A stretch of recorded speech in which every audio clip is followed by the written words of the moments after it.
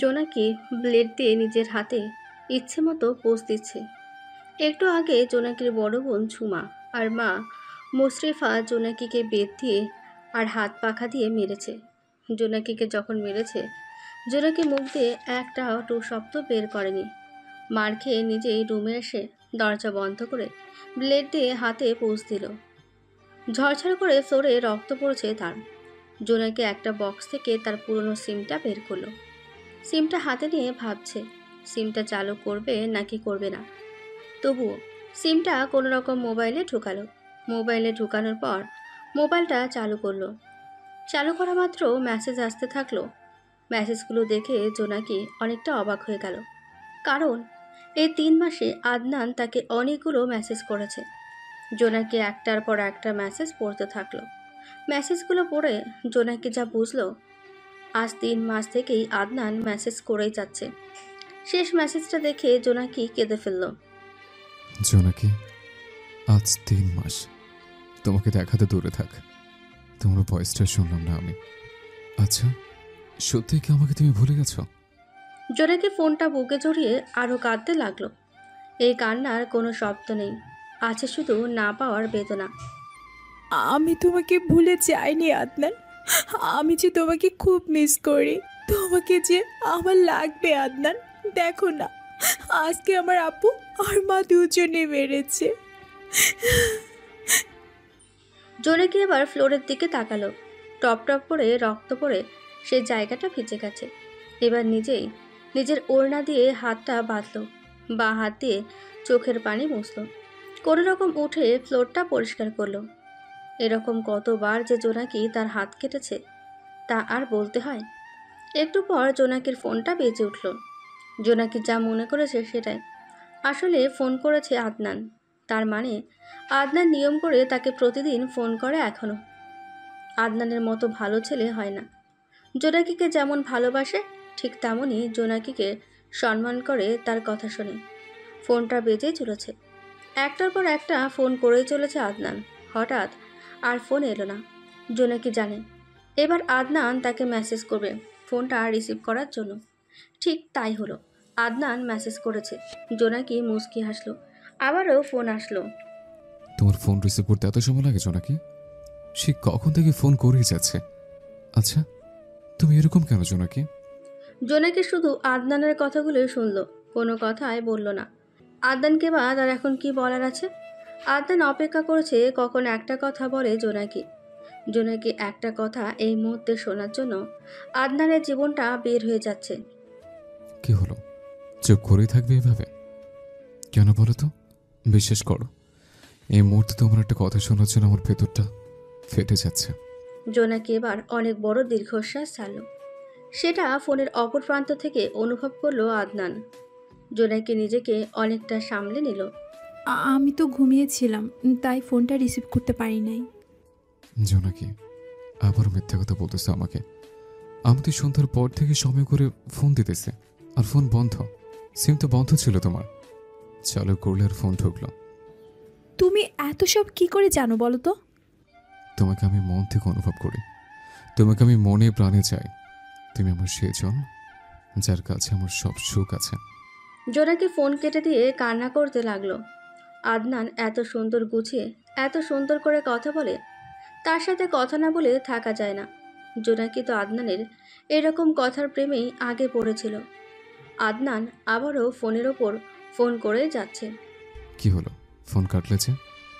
আমি কি আর সহ্য হয় না এখন তোমার? সেটা নয় আদনান, তোমার সাথে কথা বলতেছি, সেটা যদি একবার আপু আর মা জানে তাহলে কি হবে জানো? জোনাকি, প্রাপ্তবয়স্ক হয়ে গেছে তুমি, তবুও কেন তো ভয় তোমার? আমরা তো কোনো পাপ করিনি। আমরা তো একে অপরকে চাই। আজকে আবারও আপু আর মা আমাকে মেরেছে আদনান।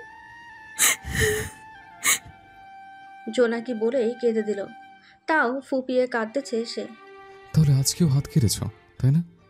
আচ্ছা, আমাকে কষ্ট দিতে তোমার খুব ভালো লাগে, তাই না? আদনান, তুমি অন্য কোথাও বিয়ে করে নাও।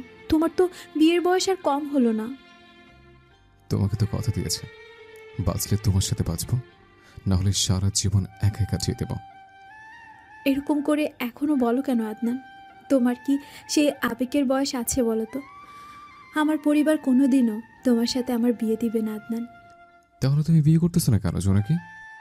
এবার দুজনে চুপ করে থাকলো, কারণ দুজনেই কেঁদে চলেছে। দুজনের একজনও বিয়ে করতেছে না, আবার দুজন দুজনকে ছাড়া থাকতেও পারবে না। কি হলো জোনাকি, বললে না তো বিয়ে করবে না তুমি? বিয়ে হলে, ছেলে পছন্দ হলে তোমাকে দাওয়াত দিব আদনান। অনেক কষ্টে কথাটা বলল জোনাকি। যদি এই কথা না বলতো তাহলে আরো অনেক কথা বলা শুরু করতো। তাহলে তো ভালোই হলো। আমার শুভেচ্ছা জানিয়ে রাখলাম তোমাকে। হয়তো এরপর আবারও ফোনটা বন্ধ করে রাখবে, আবারও কসম দিবে তোমার সাথে দেখা না করার জন্য। নিজের আবেগ আর ধরে রাখতে পারল না আদনান। সেও যে মেয়েদের মতো কেঁদেই যাচ্ছে। ইস, জোনাকি কেন এই কথাটা বলতে গেল? আদনানকে কাঁদিয়ে তারও যে কলিজাটা ছিঁড়ে যাচ্ছে। তাহলে এবার রাখি, আর কথা হয় কি না জানি না। একবার জিজ্ঞেস করবে না আমি কেমন আছি? তার আগে ফোনটা কেটে দিল জোনাকি। জোনাকি মোবাইলটা বিছানায় ফেলে দিয়ে ফ্লোরে বসে বিছানায় মাথা দিয়ে কান্না করতে লাগলো আর বলছে, তুমি ভালো নেই আদনান। আমার থেকে তোমাকে কে বা বেশি চিনবে? তোমার সাথে যতই কথা বলবো ততই যে আমার বুক ব্যথা করবে। আদনান চেয়ার থেকে উঠে আকাশের দিকে তাকালো। জোনাকি, পারতেন আমাকে জিজ্ঞেস করতে কেন এমন হলো দুজনের জীবনের? কেন আমি তোমাকে পেয়েও বারবার হারিয়ে ফেলে আমি? পকেট থেকে সিগারেট বের করে টানতে লাগলো।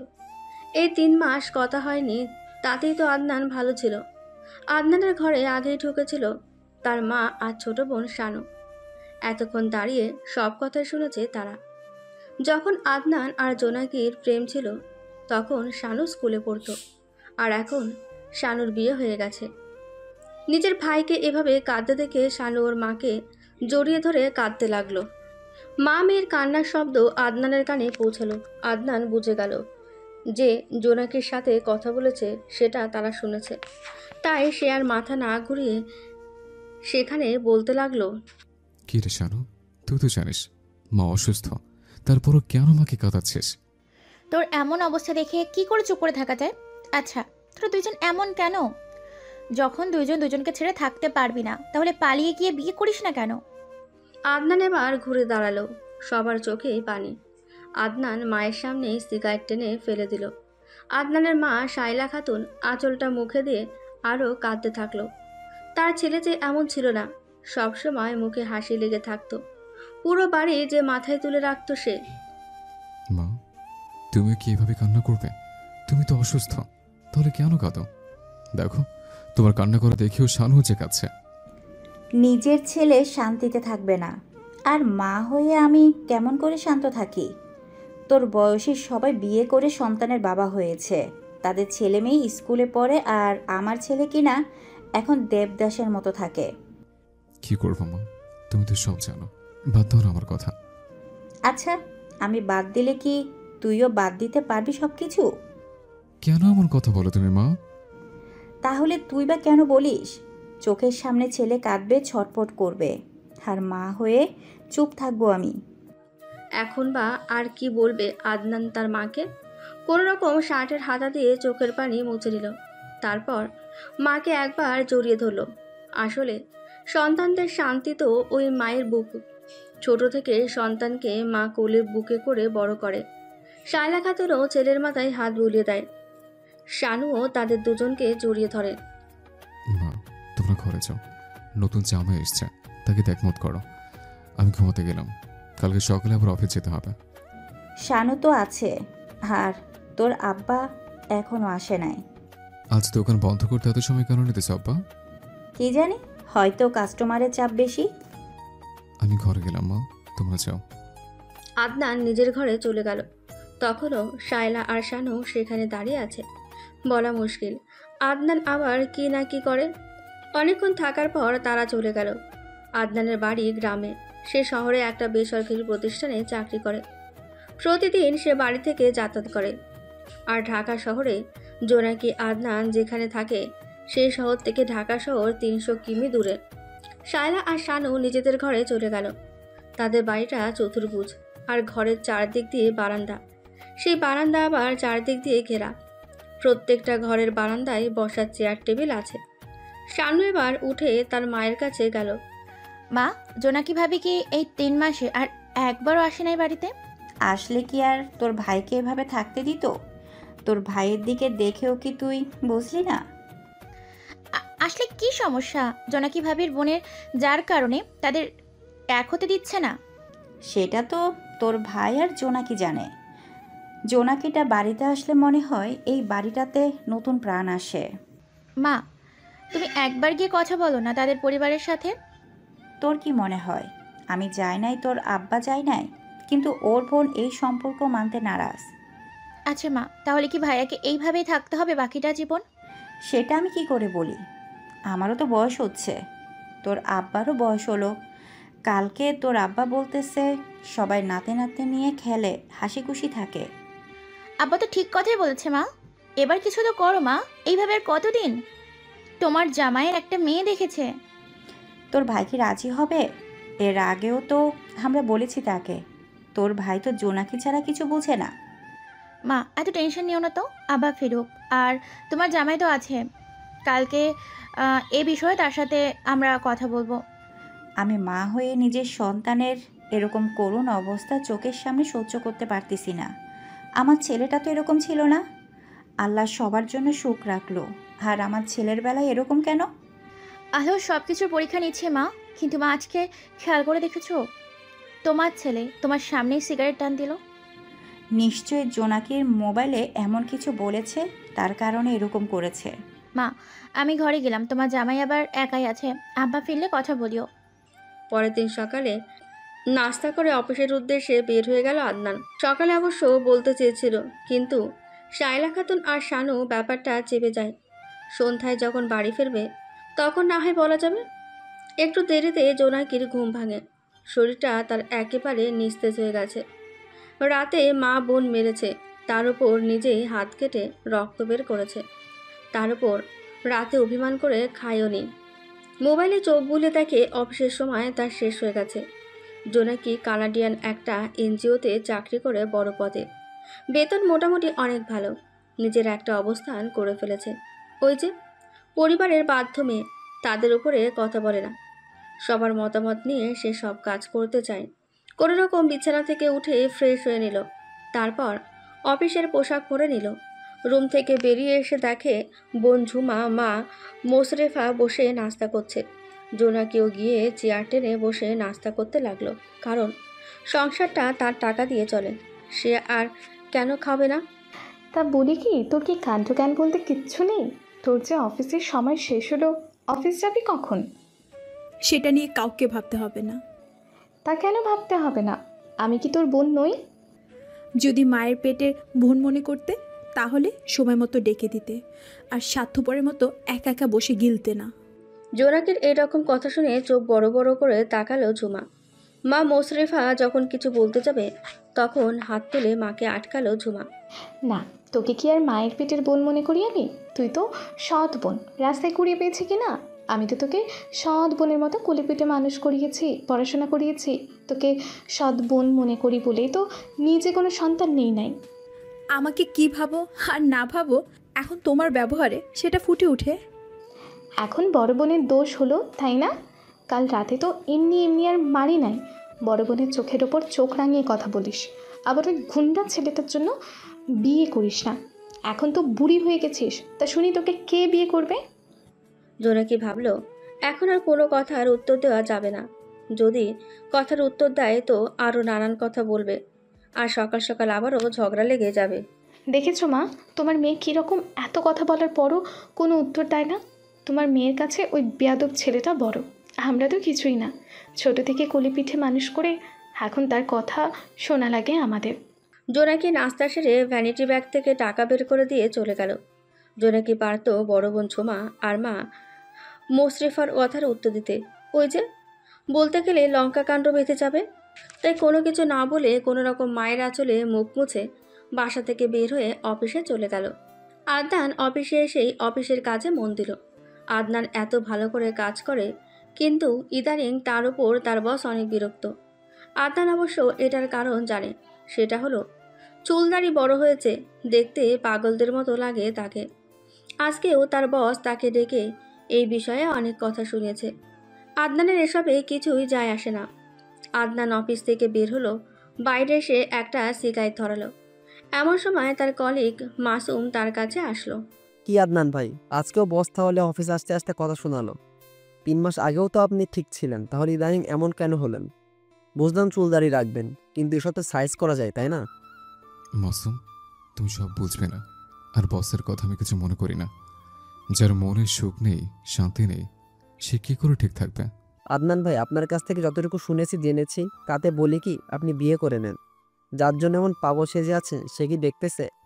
সবাই কি সবার সাথে কথা দিয়ে ওয়াদা পালন করতে পারে? সবাই কি সবার মনের মানুষকে ভুলে নতুন করে নতুন জীবন সাজাতে পারে? আপনার কথা না হয় বুঝলাম, কিন্তু বর্তমান যুগে কি এরকম হয়? কাউকে কথা দিলে সে কথা রাখতে হয়, আর তার জন্য দেবদাস হয়ে বাঁচতে হয়? মাসুম, এসব কথা রাখো। যাও, ভিতরে গিয়ে কাজ করো। আমার সিগারেট টানা হলে আমি যাচ্ছি। বুঝি না ভাই, আগে তো এরকম ছিলেন না। এখন সিগারেট খান, আনমনা হয়ে থাকেন, কেউ কিছু জিজ্ঞাসা করলে ঠিকমতো উত্তরও দেন না।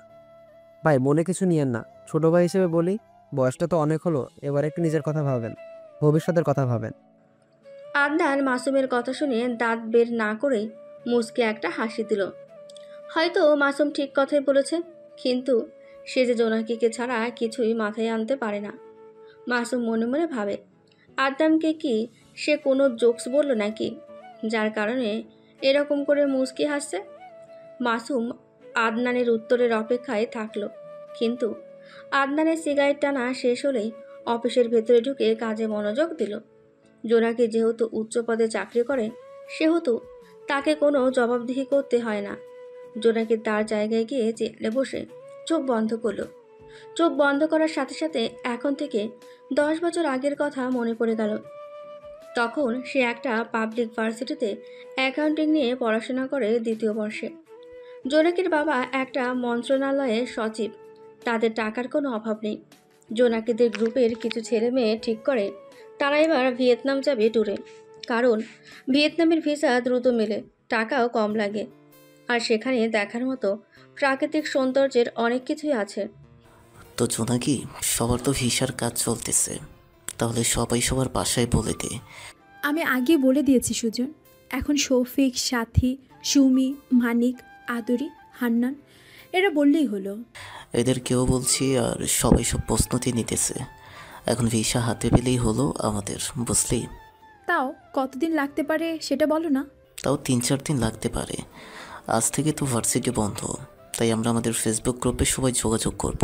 আরেকটা কথা, আমরা কার গ্রুপে যাচ্ছি আর তাদের সেখানে মোট কতজন যাবে? ও হ্যাঁ, আমরা এবার ট্রিট অ্যান্ড ট্রিপ একটা গ্রুপ আছে, সেটার সাথে যাচ্ছি।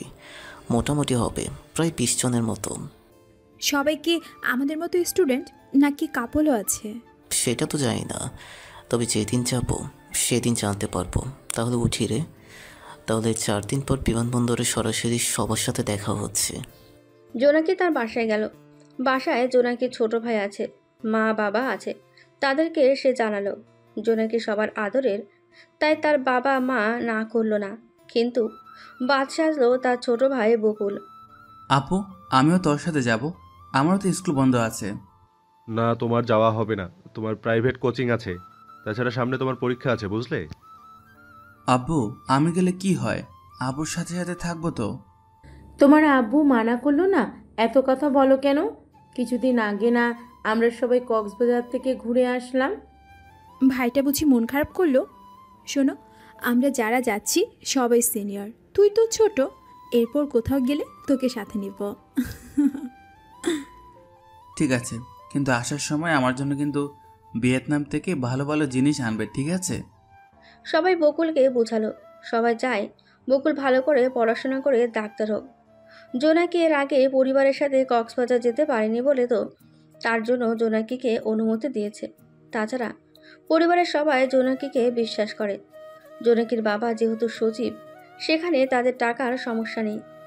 আর কথা হলো জোনাকির বড় বোন ঝুমার জামাই বড় একজন ব্যবসায়ী, জোনাকি তাই টাকার কোনো সমস্যা নেই। আদনান অফিস শেষ করে বাড়ি ফেরে।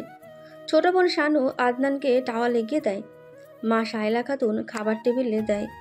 আদনান ফ্রেশ হয়ে এসে খেতে বসে। আজকে আদনান অবাক, কারণ আজকে সবাই একসাথে খেতে বসেছে। তার বাবা আছে, মা আছে, ছোট বোন, তার স্বামীও আছে। কিন্তু অবাক করার বিষয় হচ্ছে, ছোট বোনের স্বামীকে বেশি খেদমত না করে আদনানকে বেশি খেদমত করছে। খাওয়া শেষ করে যখন আদনান উঠতে যাবে, তখন তার বাবা বলে, আদনান, তোর সাথে আমাদের একটু কথা আছে। কি কথা আব্বা? না মানে কথা হলো, আর কতদিন এইভাবে একা একা থাকবি? তাই বলছিলাম কি, তোর জন্য জামাই বাবাজি একটা মেয়ে পছন্দ করেছে। আব্বা, আমি বিয়ে করব না। আমি কোনোদিন জোনাকিকে ভুলতে পারবো না। তুই আর এভাবে কতদিন একা একা থেকে কষ্ট পাবি? আমি মা হয়ে তোকে এভাবে দেখতে পারি না। ভাইজান, আপনি যাকে ভালোবাসেন তার থেকে সুন্দর, নম্র, ভদ্র আর গুণবতী সেই মেয়েটা আমাদের পাশের বাড়ির মেয়ে। তাকে বিয়ে করলে অনেক সুখী হবেন আপনি। কথা সেটা নয় বোন জামাই, আমি যে তাকে কথা দিয়েছি। আর হ্যাঁ, সে যদি কখনো বিয়ে করে তাহলে আমিও বিয়ে করব। ভাইয়া, এটা কিরকম কথা বললি তুই? জোনাকি ভাবি যদি সত্যি তোকে ভালোবাসতো, তাহলে কি সে সবাইকে ছেড়ে এসে বিয়ে করতে পারতো না? পারতো রে সারু, কিন্তু আমি চাই না, আর মাও চায় না কারো অমতে জোনাকিকে বিয়ে করে। যদি আমি চাইতাম তাহলে সে কবে বিয়ে করে বাড়ির বউ করে আনতাম। ভাইজান, আপনার জন্য তো ছোট ভাই যেন বিয়ে করতে পারতেছে না।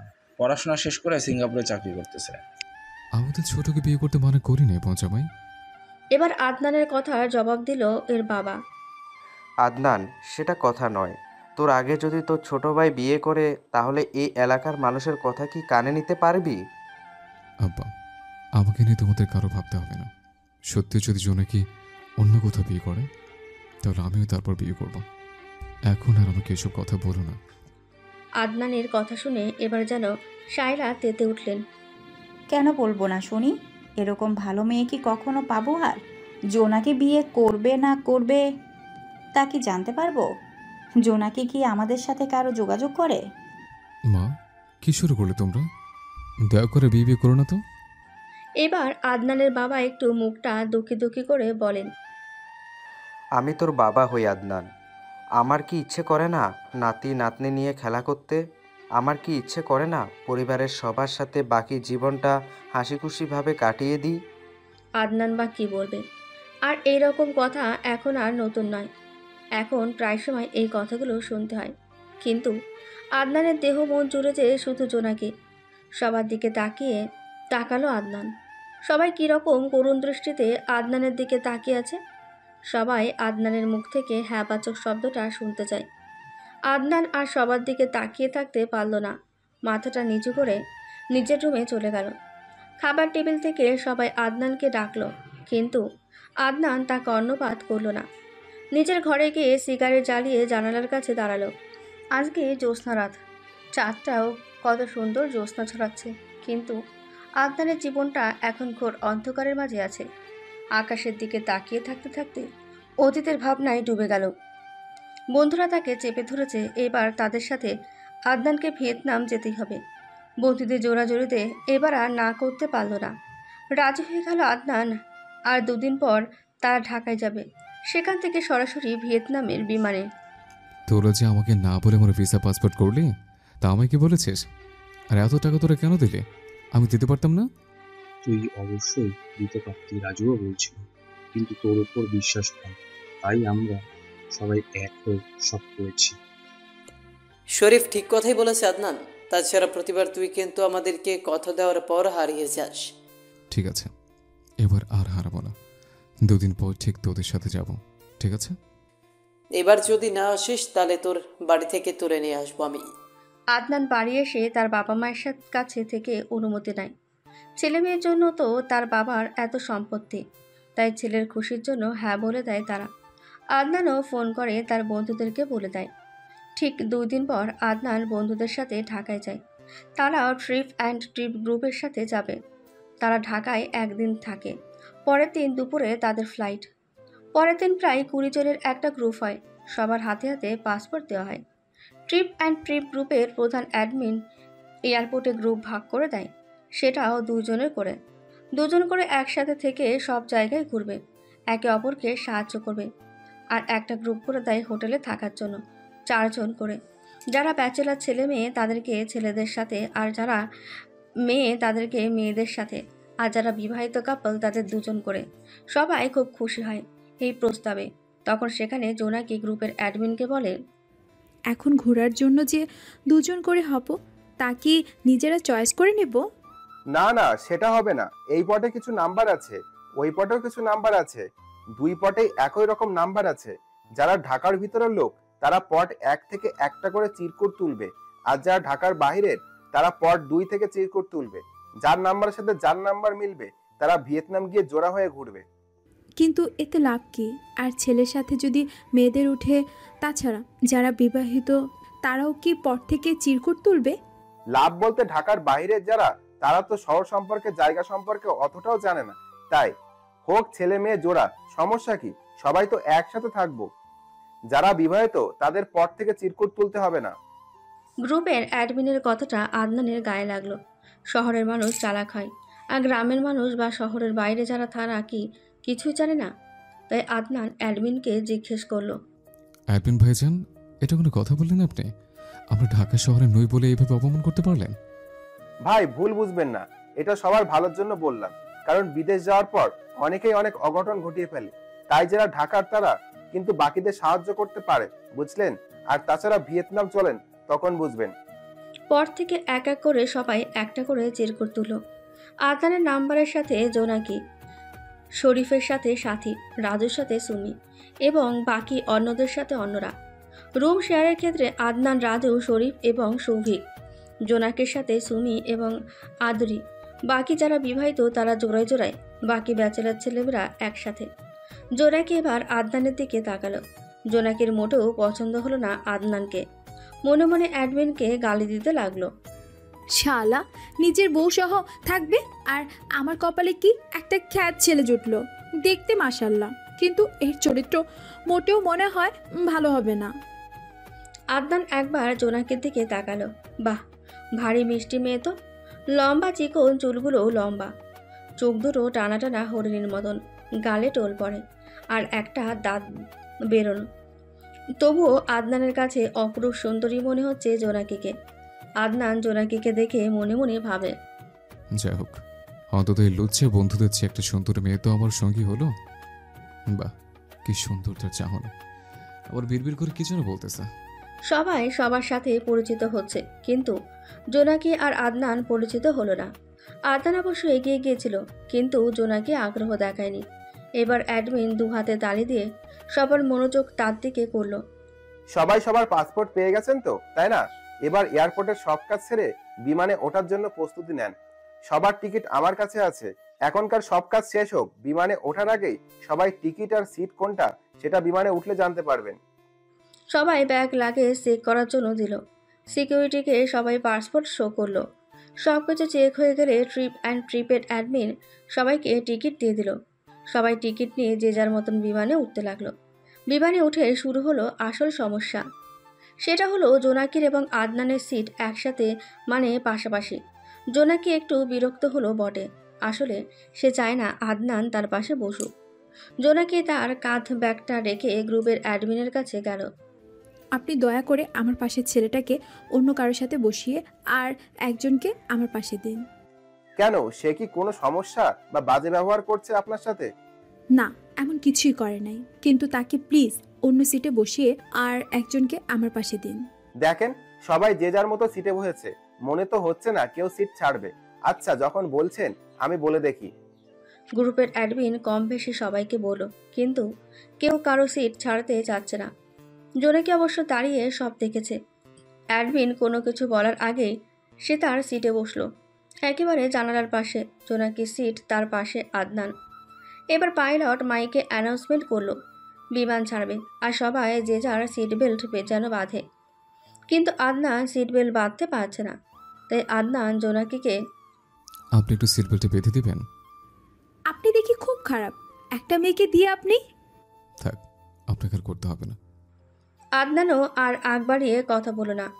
আদনান মনে মনে ভাবছে মেয়েটা খুব অহংকারী। তাই আদনান বিমানের বিমানবালাকে ডাকলো, এক্সকিউজ মি আপু, একটু শুনবেন? জি স্যার, আপনাকে কিভাবে সাহায্য করতে পারি? এই প্রথম বিমান উঠলাম, আর এটা আমার প্রথম বিদেশ যাওয়া, তাই যদি সিট বেল্টে বেঁধে দিতেন। বিমানবালা সিট বেল্ট বেঁধে দিল। এবার জোনাকি বুঝলো আদনান প্রথমবার যাচ্ছে, কিন্তু আদনান তো অনেক সুন্দর করে কথা বলে।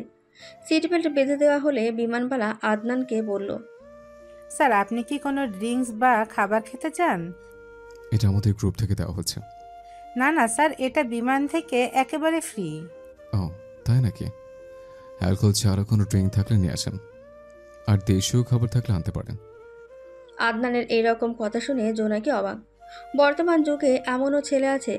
আর বিমানবালার দিকে না তাকিয়ে তার সাথে কথা বলল। বিমানবালা এর মাঝে আদনানের কথা মতো তার খাবার দিল। বিমান আকাশে উঠতে শুরু করলো, আর আদনান খাওয়া শুরু করেছে। জোনাকি মাঝে মাঝে আর চোখে সেটা দেখছে। জোনাকি এবার আদনানের দিকে পুরো মনোনিবেশ করলো। যতটা খ্যাত ভেবেছিল বা কোনো কিছু জানবে না, সেরকম কিছু নয় আদনান। মনে কৌতূহল জাগতে জোনাকি আদনানকে জিজ্ঞেস করলো, আচ্ছা আপনার তো পরিচয় জানা হলো না, আর আমি সত্যি সরি আপনার সাথে ওরকম আচরণ করার জন্য। আরে না না, কিছু মনে করি নাই, আপনাকে সরি বলতে হবে না। আসলে আমি বাড়ি বা বাড়ির বাইরে ঠিক এরকম হয়ে বের হই, এতে আপনার কোনো দোষ নেই। যে কেউ আমাকে মূর্খ বা খ্যাত ভাবতেই পারে। আমার নাম আদনান। আর আপনার নাম কি মিস? আমার নাম জোনাকি। আপনি দেখি খুব সুন্দর করে গুছিয়ে সুন্দরভাবে কথা বলতে পারেন। এবার বলেন আপনি কি করেন? আমি অনার্স ফাইনাল ইয়ারে পড়তেছি। আপনি কি করেন? আমি ঢাকার একটা পাবলিক ভার্সিটিতে দ্বিতীয় বর্ষের অ্যাকাউন্টিং নিয়ে পড়তেছি। জোনাকির সাথে আরও নানা রকম কথা হলো। এতে করে জোনাকির সব ভুল ধারণা ভেঙে গেল। আদনানেরও ভুল ভাঙলো। আসলে জোনাকিও অহংকারী নয়, শহরের মেয়ে, তাই তার পরিবেশের মতো কাউকে সে আশা করে। অন্যরাও যে যার সাথে বসেছে, তারা পরিচিত হচ্ছে, কথা বলছে। দীর্ঘ জার্নি করে তারা ভিয়েতনামের রাজধানী হ্যানয়ে এসে পৌঁছালো। এটা ভিয়েতনামের দ্বিতীয় বৃহত্তম শহর। আনুষ্ঠানিকভাবে ভিয়েতনামের সমাজতান্ত্রিক প্রজাতন্ত্র একটি নাস্তিক রাষ্ট্র, যেমনটি তার কমিউনিস্ট সরকার ঘোষণা করেছে। ধর্মীয় বিষয়ক গভর্নমেন্ট কমিটির পরিসংখ্যান অনুসারে 2018 সালের হিসাবে বৌদ্ধরা মোট জনসংখ্যার 14.9%, খ্রিস্টান 8.5%, ক্যাথলিক 7.4% এবং প্রোটেস্ট্যান্ট 1.1%, হোহাও বৌদ্ধ 1.5% এবং কাওডাইজম অনুসারী 1.2%। অ্যাডমিন ভাই, তা আমাদের নেওয়ার জন্য কি গাড়ি আসবে না? আরে বাস তো বাইরে আপনাদের জন্য অপেক্ষা করতেছে। আপনারা যে যার ব্যাগ লাগেজ বুঝে নেন। এখানে কিন্তু সেই কড়াকড়ি করে চেক করা হয়, বুঝলেন সবাই? সবাই যে যার ব্যাগ লাগেজ নিয়ে নিল। তারা হ্যানয়ে থাকবে না, যেখানে প্রথম ঘুরবে সেই জায়গায় যাবে বাসে করে। হ্যাঁ লং বে যাবে। এটা কুয়াংনি প্রদেশে অবস্থিত। লম্বা একটা জার্নি করে হা লং বে পৌঁছায়। সেখান থেকে তারা একটা হোটেলে ওঠে। হোটেলটা অনেক সুন্দর, আর এটার পরিবেশ খুব ভালো। যার যার সাথে টিম করে দেওয়া হয়েছে, তারা তাদের রুমে গেল। যারা কাপল তারাও তাদের রুম বুঝে নিল। সবাই যে যার রুমে ঢুকে আগে ফ্রেশ হলো। তারপর সবাই একটু বিশ্রাম নিল। অনেক পথ জার্নি করে এসেছে তারা। শেষ বিকালে সবাই হোটেলের বাইরে আসলো, কারণ অ্যাডমিন সবাইকে ডেকেছে। তাই সবাই একটু সেজেগুজে বের হলো একসাথে। বলতেছি আসছি থেকে এখনো কেউ কিছু খায় নাই, তাই আগে সবাই খাবো, তারপরে এই হালং বে শহরটা একটু ঘুরবো। বাহ, তাহলে তো বেশ ভালোই হয়। রুমে থাকতে বোর লাগছিল। আরে মিস জোনাকি, তার জন্য তো সবাই একটু ঘুরবো। ভিয়েতনামের হালং বে শহরের একটা বিশেষত্ব আছে, বুঝলেন? তা তো আমরা কিন্তু সরাসরি সব কিছু দেখে উপভোগ করার মজাই আলাদা। সবাই যে যার মতন করে অ্যাডমিনের সাথে গেল। হোটেল থেকে সামান্য দূরে রেস্টুরেন্ট। সবাই নিজেদের পছন্দ মতো খাবার অর্ডার করলো। সবাই খাওয়া শেষ করার পর পায়ে হেঁটে একটু সামনে গেল। শোনেন, এখান থেকে মেন শহর 10 কিমি দূরে, তাই আমরা ভিয়েতনামের স্কুটি করে যাব। এটা চার্জার স্কুটি, তবে হ্যাঁ, যার যার সাথে চিরকুট অনুযায়ী মিল আছে তারা যাবে, কারণ একটা করে স্কুটিতে করে দুজন যাওয়া যায়। ভিয়েতনামে এসব স্কুটি ভাড়ায় পাওয়া যায়, তাই দুজনে করে জন্য একটা করে স্কুটি নিল। আদনানের সাথে জোনাকি স্কুটিতে উঠল, তবে অ্যাডমিন আগে থেকেই একটা গাইড রেখেছে যাতে কারো কোনো অসুবিধা না হয়। এসব স্কুটি যে কেউ চালাতে পারবে, তাই কারো কোনো অসুবিধা হলো না। আদনান স্কুটি চালাচ্ছে আর জোনাকির সাথে কথা বলছে। তা মিস্টার আদনান, আপনি দেখি স্কুটি ভালোই চালাতে জানেন। এটা চালানো তো খুব সহজ, আপনিও তো পারবেন। তা চালাবেন নাকি আপনি? না না, এখন চালাবো না, ফেরার পথে চালাবো, যদি আপনি সহযোগিতা করেন। কি যে বলেন না আপনি, কেন সহযোগিতা করবো না আপনাকে? তা এইভাবে কতজনকে নিয়ে ঘুরেছেন আর কত মেয়েকে নিয়ে সাহায্য করেছেন? জোনাকি কথাটা মজার ছলেই বলল, কিন্তু আদনান জোনাকির এমন কথা শুনে বোকা হয়ে গেল। আদনান কি বলবে ভেবে পাচ্ছে না। এমনিতেই জোনাকি তাকে খ্যাত মনে করত, এখন সে কি বলবে? আরে আমি মজা করে বলছি, এতে অবাক হওয়ার আর ভয়ের কিছু নাই তো। সত্যি বলতে জীবনের প্রথম কোনো মেয়েকে নিয়ে ঘুরতেছে, আর আমার আব্বা কখনো বাইক চালাতে আমাকে দিত না, তবে মাঝে মাঝে চালাতাম আর কি। তাহলে কি আমি ভাগ্যবতী নাকি আপনি ভাগ্যবান?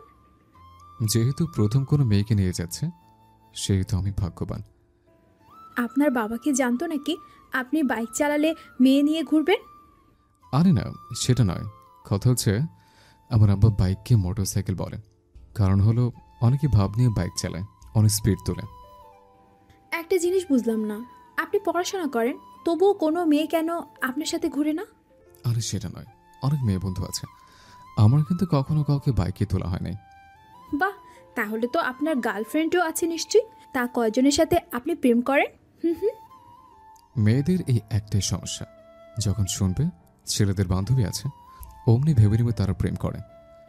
আরে বাবা, রাগ করেন কেন? অবশ্যই প্রেম করেন, আর নয়তো কাউকে মনে মনে পছন্দ করেন। যেহেতু পড়াশোনা করেন সেহেতু তো গার্লফ্রেন্ড থাকতেই পারে, তাই না? সত্যি বলতে একটা মেয়ে ভালোবাসার কথা বলেছিল, কিন্তু মেয়েটার কয়েকটা প্রেম করতো, তাই প্রেম ভালোবাসা থেকে মন উঠে গেছে। জোনাকি কোনো কিছু বলতে যাবে তার আগেই তারা লংপে মেন শহরে এসে গেছে।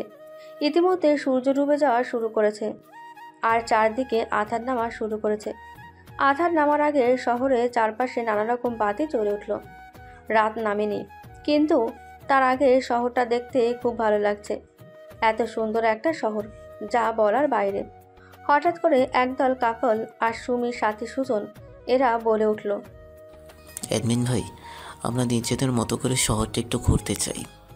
আচ্ছা, সমস্যা নেই, কিন্তু 9টার মধ্যে এই জায়গায় সবাই আসবেন। আর হ্যাঁ, সাবধানে চলাচল করবেন, কেমন? আপনাকে আর সেটা বলতে হবে না, আপনি যেমন জোড়া জোড়া করে দিয়েছেন আমরা জোড়ায় জোড়ায় বের হব, বুঝলেন? সবাই যে যার মতো করে ঘোরা শুরু করে দিল।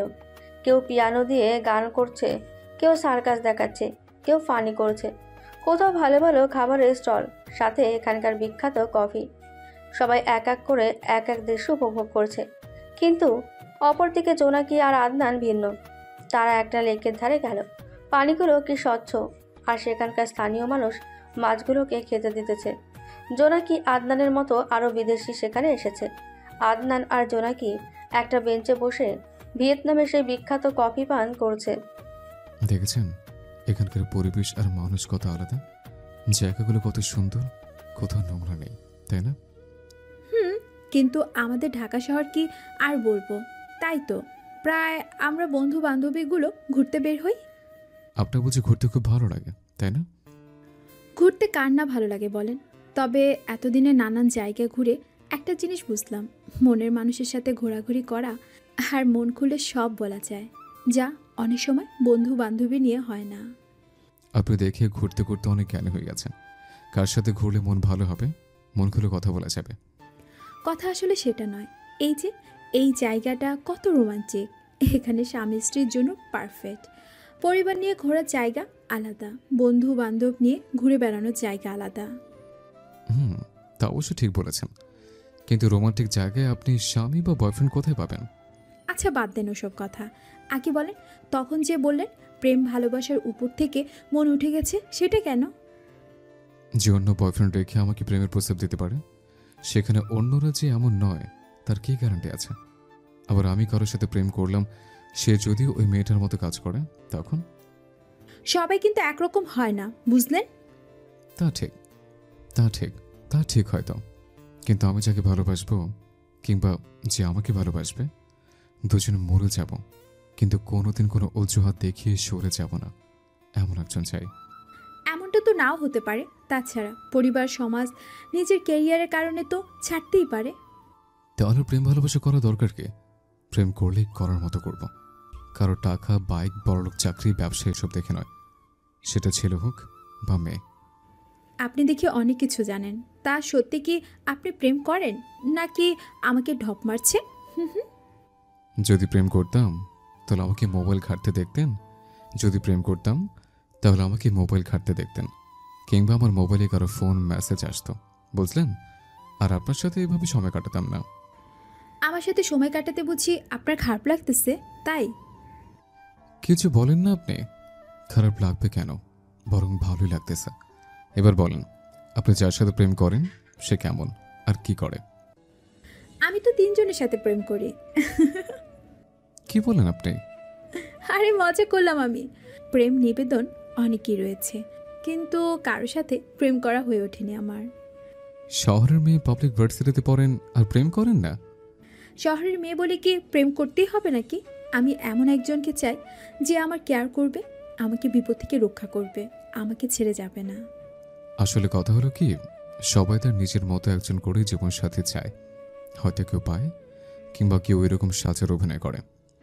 ঠিক এই কারণে অনেককে ফিরিয়ে দিয়েছি আমি, বুঝলেন? ওরে বাবা, 9টা তো পার হয়ে গেছে। সবাই নিশ্চয়ই আমাদের জন্য অপেক্ষা করতেছে। চলেন যাওয়া যাক। জোনাকি আর আদনান খুব দ্রুত পায়ে যেতে লাগলো। এতক্ষণ এত কথা বলেছে, সময় কিভাবে যে চলে গেছে সেটাই বুঝলো না। আর তারা শহরের তেমন কোনো জায়গায় ঘুরতেও পারল না। তারা গিয়ে দেখে সবাই তাদের জন্য অপেক্ষা করছে। জোনাকি আর আদনানকে দেখে অ্যাডমিন এগিয়ে এসে রাগ দেখালো। আপনাদের কি কোনো জ্ঞান নেই নাকি? দেখছেন কয়টা বাজে? এত রাতে কি হোটেলে ঢুকতে দিবে? আসলে অ্যাডমিন ভাই রাস্তা ভুলে গিয়েছিলাম। একজনকে জিজ্ঞেস করার পর তার এই পথ দেখিয়ে দিল। এই জন্য নতুন লোককে নিয়ে আসার একটা জ্বালা।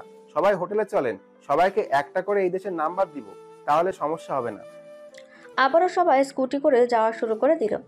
রাস্তায় আর তেমন কথা হলো না জোনাকি আদনানের মাঝে। জোনাকি সম্ভব খুব টায়ার্ড, তাই তো পেছন থেকে আদনানকে জড়িয়ে ধরে ঘুমিয়ে গেছে। আদনানের কাঁধে মাথা রেখেছে। আদনানও আর জোনাকিকে ডাকেনি। যখন তারা হোটেলে আসলো তখন আদনান জোনাকিকে ডেকে তুলল। যে যার যার হোটেল রুমে চলে যায়, আর অ্যাডমিন হোটেল ম্যানেজারের সাথে কথা বলে। নিজের রুমে চলে গেল। আদনান রুমে ঢুকেই তার বন্ধুদের চোখের দিকে তাকিয়ে দেখে তারা সন্দেহ দৃষ্টিতে তাকিয়ে আছে। তাদের সাথে কোনো কথা না বলে ওয়াশরুমে গিয়ে ফ্রেশ হয়ে নিল। কারণটা হলো জোনাকির বন্ধু সৌভিক আছে। ফ্রেশ হয়ে আদনান একটু ব্যালকনিতে গেল। চারদিকে কত সুন্দর পাহাড় আর রাতের দৃশ্য, উফ, আনন্দটাই আলাদা। সৌভিক শুয়ে পড়লে শরীফ আর রাজু আদনানের কাছে আসলো। এসে রাজু আদনানকে বলছে, কি রে দোস্ত, মনে মনে কি জোনাকিকে নিয়ে ভাবতেছিস কিনা? আরে না ভেবে কি আর উপায় আছে? দেখলি না দুজনে কেমন হারিয়ে গেল। আবার আসার সময় আদনানকে জড়িয়ে ধরে কাঁধে মাথা রেখে ঘুমিয়ে আসে। তোরা দুজন কি শুরু করলি বলতো? আমাদের প্রকৃতির সৌন্দর্য দেখতেছে। হ্যাঁ হ্যাঁ, তা তো বুঝি আমরা, এখন তো এসব বলবি? আরে শরীফ, নতুন নতুন প্রেম সেটা বুঝিস না। কিন্তু একটা জিনিস বুঝলাম না, আমাদের ওখানে আদনান কারোর সাথে প্রেম করলো না, কিন্তু এখানে এসে শহরের মেয়ের প্রেমে পড়লো। তোরা দুজন সবসময় এক লাইন বেশি বুঝিস। কতটা পথ জার্নি করেছে সেটা ভুলে গেছিস? তাছাড়া অনেক পথ হেঁটেছে, তাই হয়তো ঘুমিয়েছিল। ওরে বাবা, আমরা মনে হয় জার্নি করি নাই। তোদের সাথে কথা বলার বৃথা আমার। থাক তোরা, আমি ঘুমাতে গেলাম। আদনান রুমে ঢুকলো। তা দেখে শরীফ আর রাজু দুজনেই হাসতে লাগলো। আদনান এই জন্য কোনো মেয়ের সাথে মিশতে বা কথা বলতে চায় না। সবাই শুধু উল্টো ভেবে বসে। এসব আর তার ভালো লাগে না। সবাই রুমে এসে ঘুমিয়ে গেল। পরের দিন সকালে সবাই উঠে ফ্রেশ হয়ে সকালের খাবার খেয়ে নিল। সবাই একটা গাড়ির জন্য অপেক্ষা করছে। আজকে তারা নীল জল পাথরের পাহাড়ে দেখবে। সাগরের মাঝে পাথরের পাহাড়, এসব ছোট ছোট পাহাড়কে আবার দ্বীপও বলা চলে। কয়েক হাজার এমন পাথরের পাহাড় আছে যা দেখতে অপরূপ সুন্দরী। গাড়ি আসলে সবাই গাড়িতে বসলো। কিছু সময় পর তারা সেই জায়গায় এসে গেল। সবাই গাড়ি থেকে নামলো, কিন্তু বিপত্তি হলো একটাও বড় স্টিমার নেই। তাই ছোট ছোট নৌকা নিল। সবাইকে সেফটি স্যুট আর বাতাস করা টিউব দেওয়া হলো। আপনারা সবাই শুনেন, একটা করে নৌকায় দুজন করে যাবেন। এখানে মোট 10টা নৌকা নেওয়া হয়েছে, আর নৌকা চালক আপনাদেরকে সব দেখাবে, তবে সবাই পাশাপাশি থাকবো। অ্যাডমিনের কথা সবাই মনোযোগ দিয়ে শুনল। তারপর জোড়ায় নৌকায় উঠল।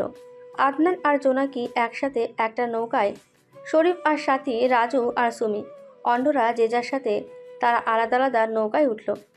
সবাই সারিবদ্ধভাবে যেতে লাগলো। পাথরের পাহাড়গুলোর কাছে আসলে কেউ পিক তুলছে, ভিডিও করছে। আবার একটা পাথরের পাহাড় আছে অনেক উঁচু, সেখানে উঠল। আবার আর একটা পাথরের পাহাড় আছে প্রায় গুহার মতন, সেখানে ঢুকে সবাই দেখল। দুপুর হলে সবাই সেই নীল জলের সাগরের ওপর ভাসমান রেস্টুরেন্ট আছে, সেখানে খেয়ে সবাই একটু বিশ্রাম নিচ্ছে। এর মাঝে অ্যাডমিন বলছে, মাত্র খবর পেলাম আজকে নাকি বিকেলের শেষে এখানে বড় ধরনের ঝড় হতে পারে, তাই আমরা আর কিছুক্ষণ থাকার পর চলে যাব। কিন্তু অ্যাডমিন ভাই, আমরা তো এখনো কোন দেখতে পারলাম না। মিস জোনাকি, হাতে যথেষ্ট সময় আছে বুঝলেন, আজকে না হোক কালকে তো দেখতে পারবো। অ্যাডমিন ভাই, যদি কালকে আবহাওয়া খারাপ থাকে? শোনেন আদনান ভাই, আবহাওয়া নিয়ে তো কোনো কথা বলতে পারবে না। যেহেতু আমরা এসেছি, সেহেতু আমরা সব দেখবো, সব জায়গায় যাব। নেন এবার ওঠেন, সময় নাই। আর ওই দিকের কয়েকটা দ্বীপ ঘুরে হোটেল ফিরবো, তারপর আজকে সন্ধ্যায় একটা নতুন জায়গায় যাব। সবাই আবারও নিজেদের মতো করে নৌকায় উঠল। জোনাকি নৌকা চালককে বলে এসব দ্বীপ সম্পর্কে জেনে নিচ্ছে, আর আদনানের সাথে এসব নিয়ে কথা বলছে। হঠাৎ একটা সাদা পাথরের পাহাড় দেখলো জোনাকি।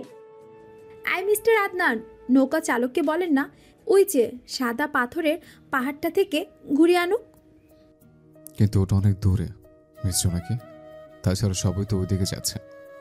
আরে কোনো সমস্যা হবে না, আর সময় তো আছে, ওরা যাক না ওইদিকে।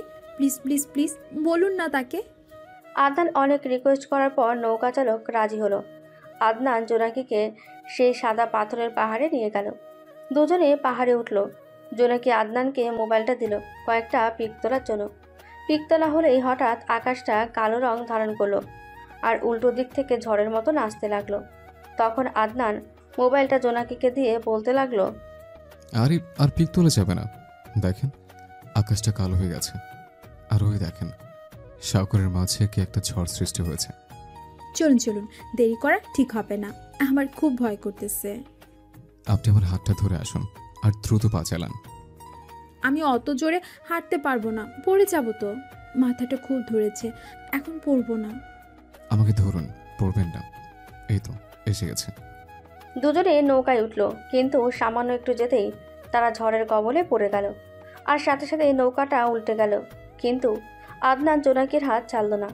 নৌকা চালক চালাক ছিল বলে কোনো রকমে সেই সাদা পাথরের পাহাড়ে উঠল। আদনান অনেক চেষ্টা করলো, কিন্তু ঝড়ের কারণে সাঁতরে পাহাড়ের কাছে যেতে পারল না। দুজনে যখন জ্ঞান ফিরল, চোখ মেলে দেখে দিন আর প্রচণ্ড গরম।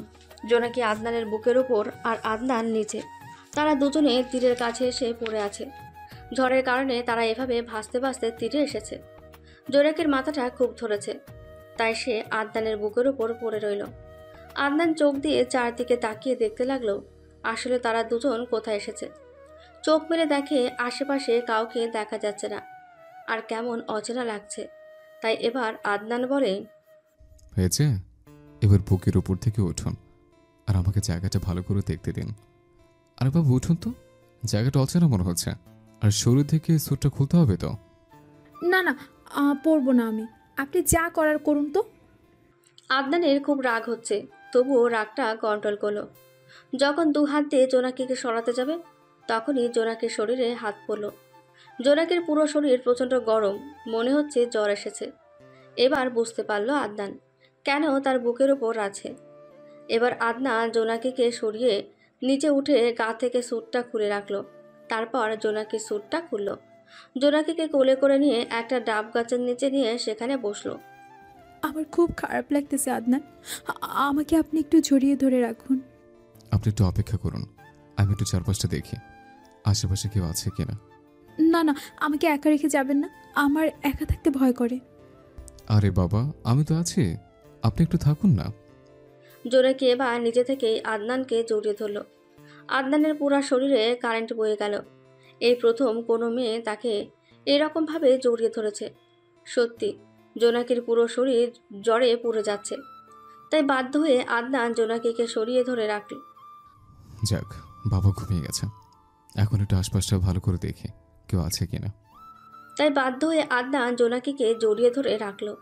কিছু সময় পর জোনাকি ঘুমিয়ে গেল আর শরীর ঘামতে লাগলো। আস্তে করে জোনাকিকে সরিয়ে সেখানে শুইয়ে দিল আদনান। আদনান চারিদিকে ঘুরল, ঘুরে বুঝলো তারা কোথাও হারিয়ে গেছে। আশেপাশে মানুষ তো দূরের কথা, কোনো প্রাণীর চিহ্ন নেই। তারা ছোট একটা দ্বীপে আটকা পড়েছে। এখন আল্লাহই জানে তারা এখান থেকে বের হতে পারবে কি না। আদনান জোনাকিকে একবার দেখে নিল, তারপর আদনান থাকার জন্য একটা ছাউনি বানালো। সেখানে পড়ে থাকা তাল আর ডাবের গাছের পাতা দিয়ে আদনান এবার শুকনো লাকড়ি সংগ্রহ করতে লাগলো আগুন জ্বালানোর জন্য। ছাউনি বানানো হয়েছে, আগুন জ্বালানোর জিনিসও সংগ্রহ করা হয়েছে। এবার খাবার পানির ব্যবস্থা করতে হবে। তাই আদনান চারিদিকে আবার খাওয়ার পানির জন্য ছুটতে লাগলো, কিন্তু কোথাও পানি পেল না। বাধ্য হয়ে আবারও ফিরে আসলো। এসে দেখে জোনাকি তখনও ঘুমিয়ে আছে। এবার আদনান জোনাকির কাছে গেল। অনেক ক্লান্ত হয়ে গেছে, তাই সে একটু বিশ্রাম নেওয়ার জন্য ডাবের কাছে হেলান দিল। কতক্ষণ চোখ বুজেছিল সেটা আদনান জানে। হঠাৎ জোনাকির ডাকে চোখ মেলে তাকালো। আরে, আপনার ঘুম ভেঙে গেছে? আর শরীর এখন কেমন আপনার? আমরা কোথায় আছি আর বাকি সবাই কোথায়, আর আমি এখানে কেন? আদনান বুঝলো জ্বর সেরে গেছে। তাহলে এটাই সত্যি জ্বরের ঘরে আদনানকে জোনাকি এভাবে জড়িয়ে ধরেছিল। কি হলো এভাবে কি দেখেন? আমরা কোথায় আছি আর বাকিরা কোথায়? ঝড়ের কারণে আমরা কোথায় এসেছি জানি না, তবে এখানে আমি আর আপনি ছাড়া কেউ নেই। কি বলেন তাহলে? ফিরবো কি করে আমরা? সেটা তো জানি না, তবে আমরা এক অচেনা দ্বীপে আছি আর এখানে কেউ নেই, বুঝলেন? কিছু একটা করেন, আমার এখানে ভালো লাগতেছে না। আমারও তো ভালো লাগতেছে না, কিন্তু কিভাবে কি করব আপনিই বলেন। তাহলে উপায় কি আছে আমাদের এখান থেকে বের হওয়ার? আর আমার শরীরের সুটটাকে? ওটা আমি খুলে রেখে দিয়েছি। আপনি এই অচেনা দ্বীপে এসে সুযোগটা কাজে লাগালেন। এই যে, চুপ করুন। যা ভাবতেছেন সেসব কিছুই না। জ্বরে শরীর পুড়ে যাচ্ছিল আর স্যুটটা ভেজা ছিল, তার কারণে খুলে দিয়েছে। এসব করার ইচ্ছে থাকলে পোশাক পরা অবস্থায় থাকতেন না। জোনাকি এবার একটু ভালো করে শরীরের দিকে তাকালো। তার মনে করার চেষ্টা করলো এখানে আসার পর কি হয়েছিল। যখন কিছুটা মনে পড়লো, লজ্জায় মাথাটা নিচু করে রাখলো। ইস, কেমন করে জোনাকি পারল আদনানকে জড়িয়ে ধরে রাখতে। আই এম সরি, বুঝতে পারিনি। আর সরি বলতে হবে না, আপনি থাকুন। এখানে আমি একটু দেখি খাবার মতো কিছু পাওয়া যায় কিনা। আমিও যাব আপনার সাথে, একা একা থাকতে পারবো না। নির্জন একটা জায়গা, গা কিরকম ঝিমঝিম করতেছে। দুজনে এবার দ্বীপের ভিতরে গেল, কিন্তু খাওয়ার মতো কোনো পাচ্ছে না। অবশেষে কলা গাছ দেখলো, আর ভাগ্য ভালো ছিল বলে সেখানে কলাও ছিল, কিন্তু বেশি কলা নাই। একদিন বা দুদিন খাওয়ার মতন হবে। তবুও এমন নির্জব দ্বীপে খাবার পেয়ে তারা খুশি হলো। কলা নিয়ে তারা আগের জায়গায় আসলো।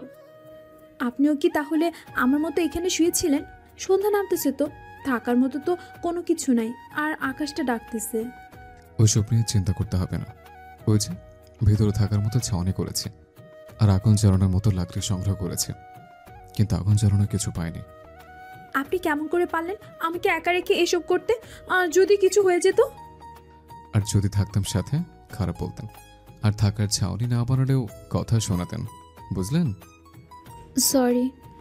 দেখেন, এখানে আপনি আমি ছাড়া কেউ নেই, সুতরাং দুজনকে মিলেমিশেই থাকতে হবে। মানে কোনো ঝগড়া রাগ করা যাবে না, আর দুজনকে একসাথে সব করতে হবে। আর এসব সরি প্লিজ এখানে বলবেন না। খুব ক্ষুধা লেগেছে, এবার তো কলা খেতে পারি, তাই না? কলা যে খাবেন, খাবার পানি কোথায় পাবেন আপনি? পানি নেই তো কি হয়েছে, আর এখানে পানি পাওয়া মুশকিল সেটাও জানি। ওইদিকে ডাবের গাছে ডাব দেখেছি, আর ওইদিকে বাঁশ দেখেছি আমি। আদনান বুঝে গেল কি করতে হবে, তাই আদনান আশেপাশে লোহা জাতীয় শক্ত কিছু খুঁজছে। অবশেষে খুঁজতে খুঁজতে চাকুর মতন একটা ধাতব পেল, তাই নিয়ে ডাবের গাছে উঠে গেল। দুটো গাছ থেকে অনেকগুলো ডাব পারল। সেখান থেকে নেমে ডাব কেটে দুজনে দুটো খেলো। খালি ডাবের খুলো দুটো নিয়ে বাঁশের কাছে গেল। সেখানে গিয়ে বাঁশ হালকা করে কাটলো, নিচের দিকে, আর সেখানে বাঁশের কঞ্চি দিয়ে পাইপের মতন বানালো। বাঁশের পানি সেই পাইপ দিয়ে খালি ডাবে পড়তে লাগলো। আপনাকে শুধু বললাম আর আপনি সব বুঝে গেলেন। ডিসকভারি দেখি তো, তার কারণে। এবার চলুন, আগুনের ব্যবস্থা করতে হবে। দুজনে সেই ছাউনির কাছে গেল। জনিকে দেখে সত্যি অনেক সুন্দর করে দুটো ছাউনি পাশাপাশি বানিয়েছে আর অনেক জ্বালানি এনে রেখেছে। জোনাকি এবার দুটো ছোট পাথর এনে ঘষতে লাগলো।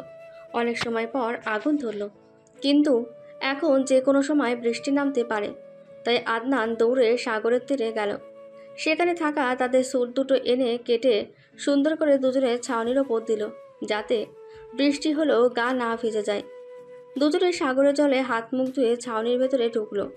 মাঝে শুধু তাল গাছের আর ডাবের পাতা। দুজনকে দুজন দেখতে পাচ্ছে। রাত হয়ে গেছে। আদনান এবার ডাব কাটলো, কারণ খেতে তো হবে, তাই আগেই কাটলো। এবার কলা খেতে পারি, তবে বেশি করে খাওয়ার দরকার নেই। জানি না কতদিন থাকতে হবে এখানে। আমার প্রচুর ক্ষুধা লেগেছে, আমি কম করে খেতে পারবো না, পরেরটা পরে দেখা যাবে। যেমনটা আপনার ইচ্ছা। দুজনে কলা খাওয়া শুরু করলো, সেই সাথে ডাবের পানি। অবশেষে আদনানের শরীরে একটু শক্তি আসলো। ছাউনি বানানো, লাকড়ি সংগ্রহ করা, ডাবের কাছে ওঠা, সব মিলে সত্যি খুব ক্লান্ত ছিল আদনান। এবার বৃষ্টি পড়া শুরু হয়ে গেল, সাথে বিদ্যুৎ চমকানো, মেঘের গুরুম গুরুম শব্দ। তাই জোনাকি তালের পাতা ডাবের পাতা ভেদ করে আদনানের পাশে চেপে বসলো। আমার এরকম পরিবেশে একা থাকার অভ্যাস নাই। তাছাড়া বৃষ্টি ঝরতেছে, বিদ্যুৎ চমকাচ্ছে, ভয় করতেছে, আর আবারও মনে হয় শরীরে জ্বর আসবে। আচ্ছা বসুন, আমি ডাবের খোসাগুলো বাইরে রাখি, পানি ভরুক, কাছে আসবে। আদনান উঠে ডাবের খোসাগুলো ছাউনির পাতার নিচে দিল। দেওয়া হলে জোনাকির দিকে চোখ দিল। এ কি, জোনাকি তো ঠান্ডায় কাঁপছে। তাই এবার আদনান নিজের শার্টটা খুলে জোনাকিকে পরিয়ে দিল। জোনাকি শার্ট পরার পরও কাঁপুনি থামছে না, তাই এবারও সে আদনানকে জড়িয়ে ধরল। জোনাকি যেভাবে আদনানকে জড়িয়ে ধরেছে, তাতে তো আদনানের অবস্থা খারাপ। বৃষ্টি আবহাওয়া, তার উপর এরকম করে জড়িয়ে ধরা, তাই নিজের কন্ট্রোল হারিয়ে ফেলার অবস্থা। কোনো রকম নিজেকে কন্ট্রোল করে নিল আদনান। বৃষ্টির মধ্যেই আদনানকে জড়িয়ে ধরে ঘুমিয়ে গেল জোনাকি। পুরো রাত আদনান ওভাবে বুকে জড়িয়ে রেখেছিল জোনাকিকে। সারা রাত বৃষ্টি হয়েছে, তার উপর জোনাকির জ্বর, তাই নিজের শরীর জোনাকির শরীরের ওপরে রেখেছিল আদনান, যাতে বৃষ্টিতে ভিজে জ্বর না বাড়ে আর ঘুমও না ভাঙে। বৃষ্টি ঠিক ভোরের সময় থেমে যায়। সকালের আলো ফোটার সাথে সাথেই রোদ ওঠে। সারা রাত জেগে থাকার কারণে আদনানের চোখেও ঘুম এসেছে।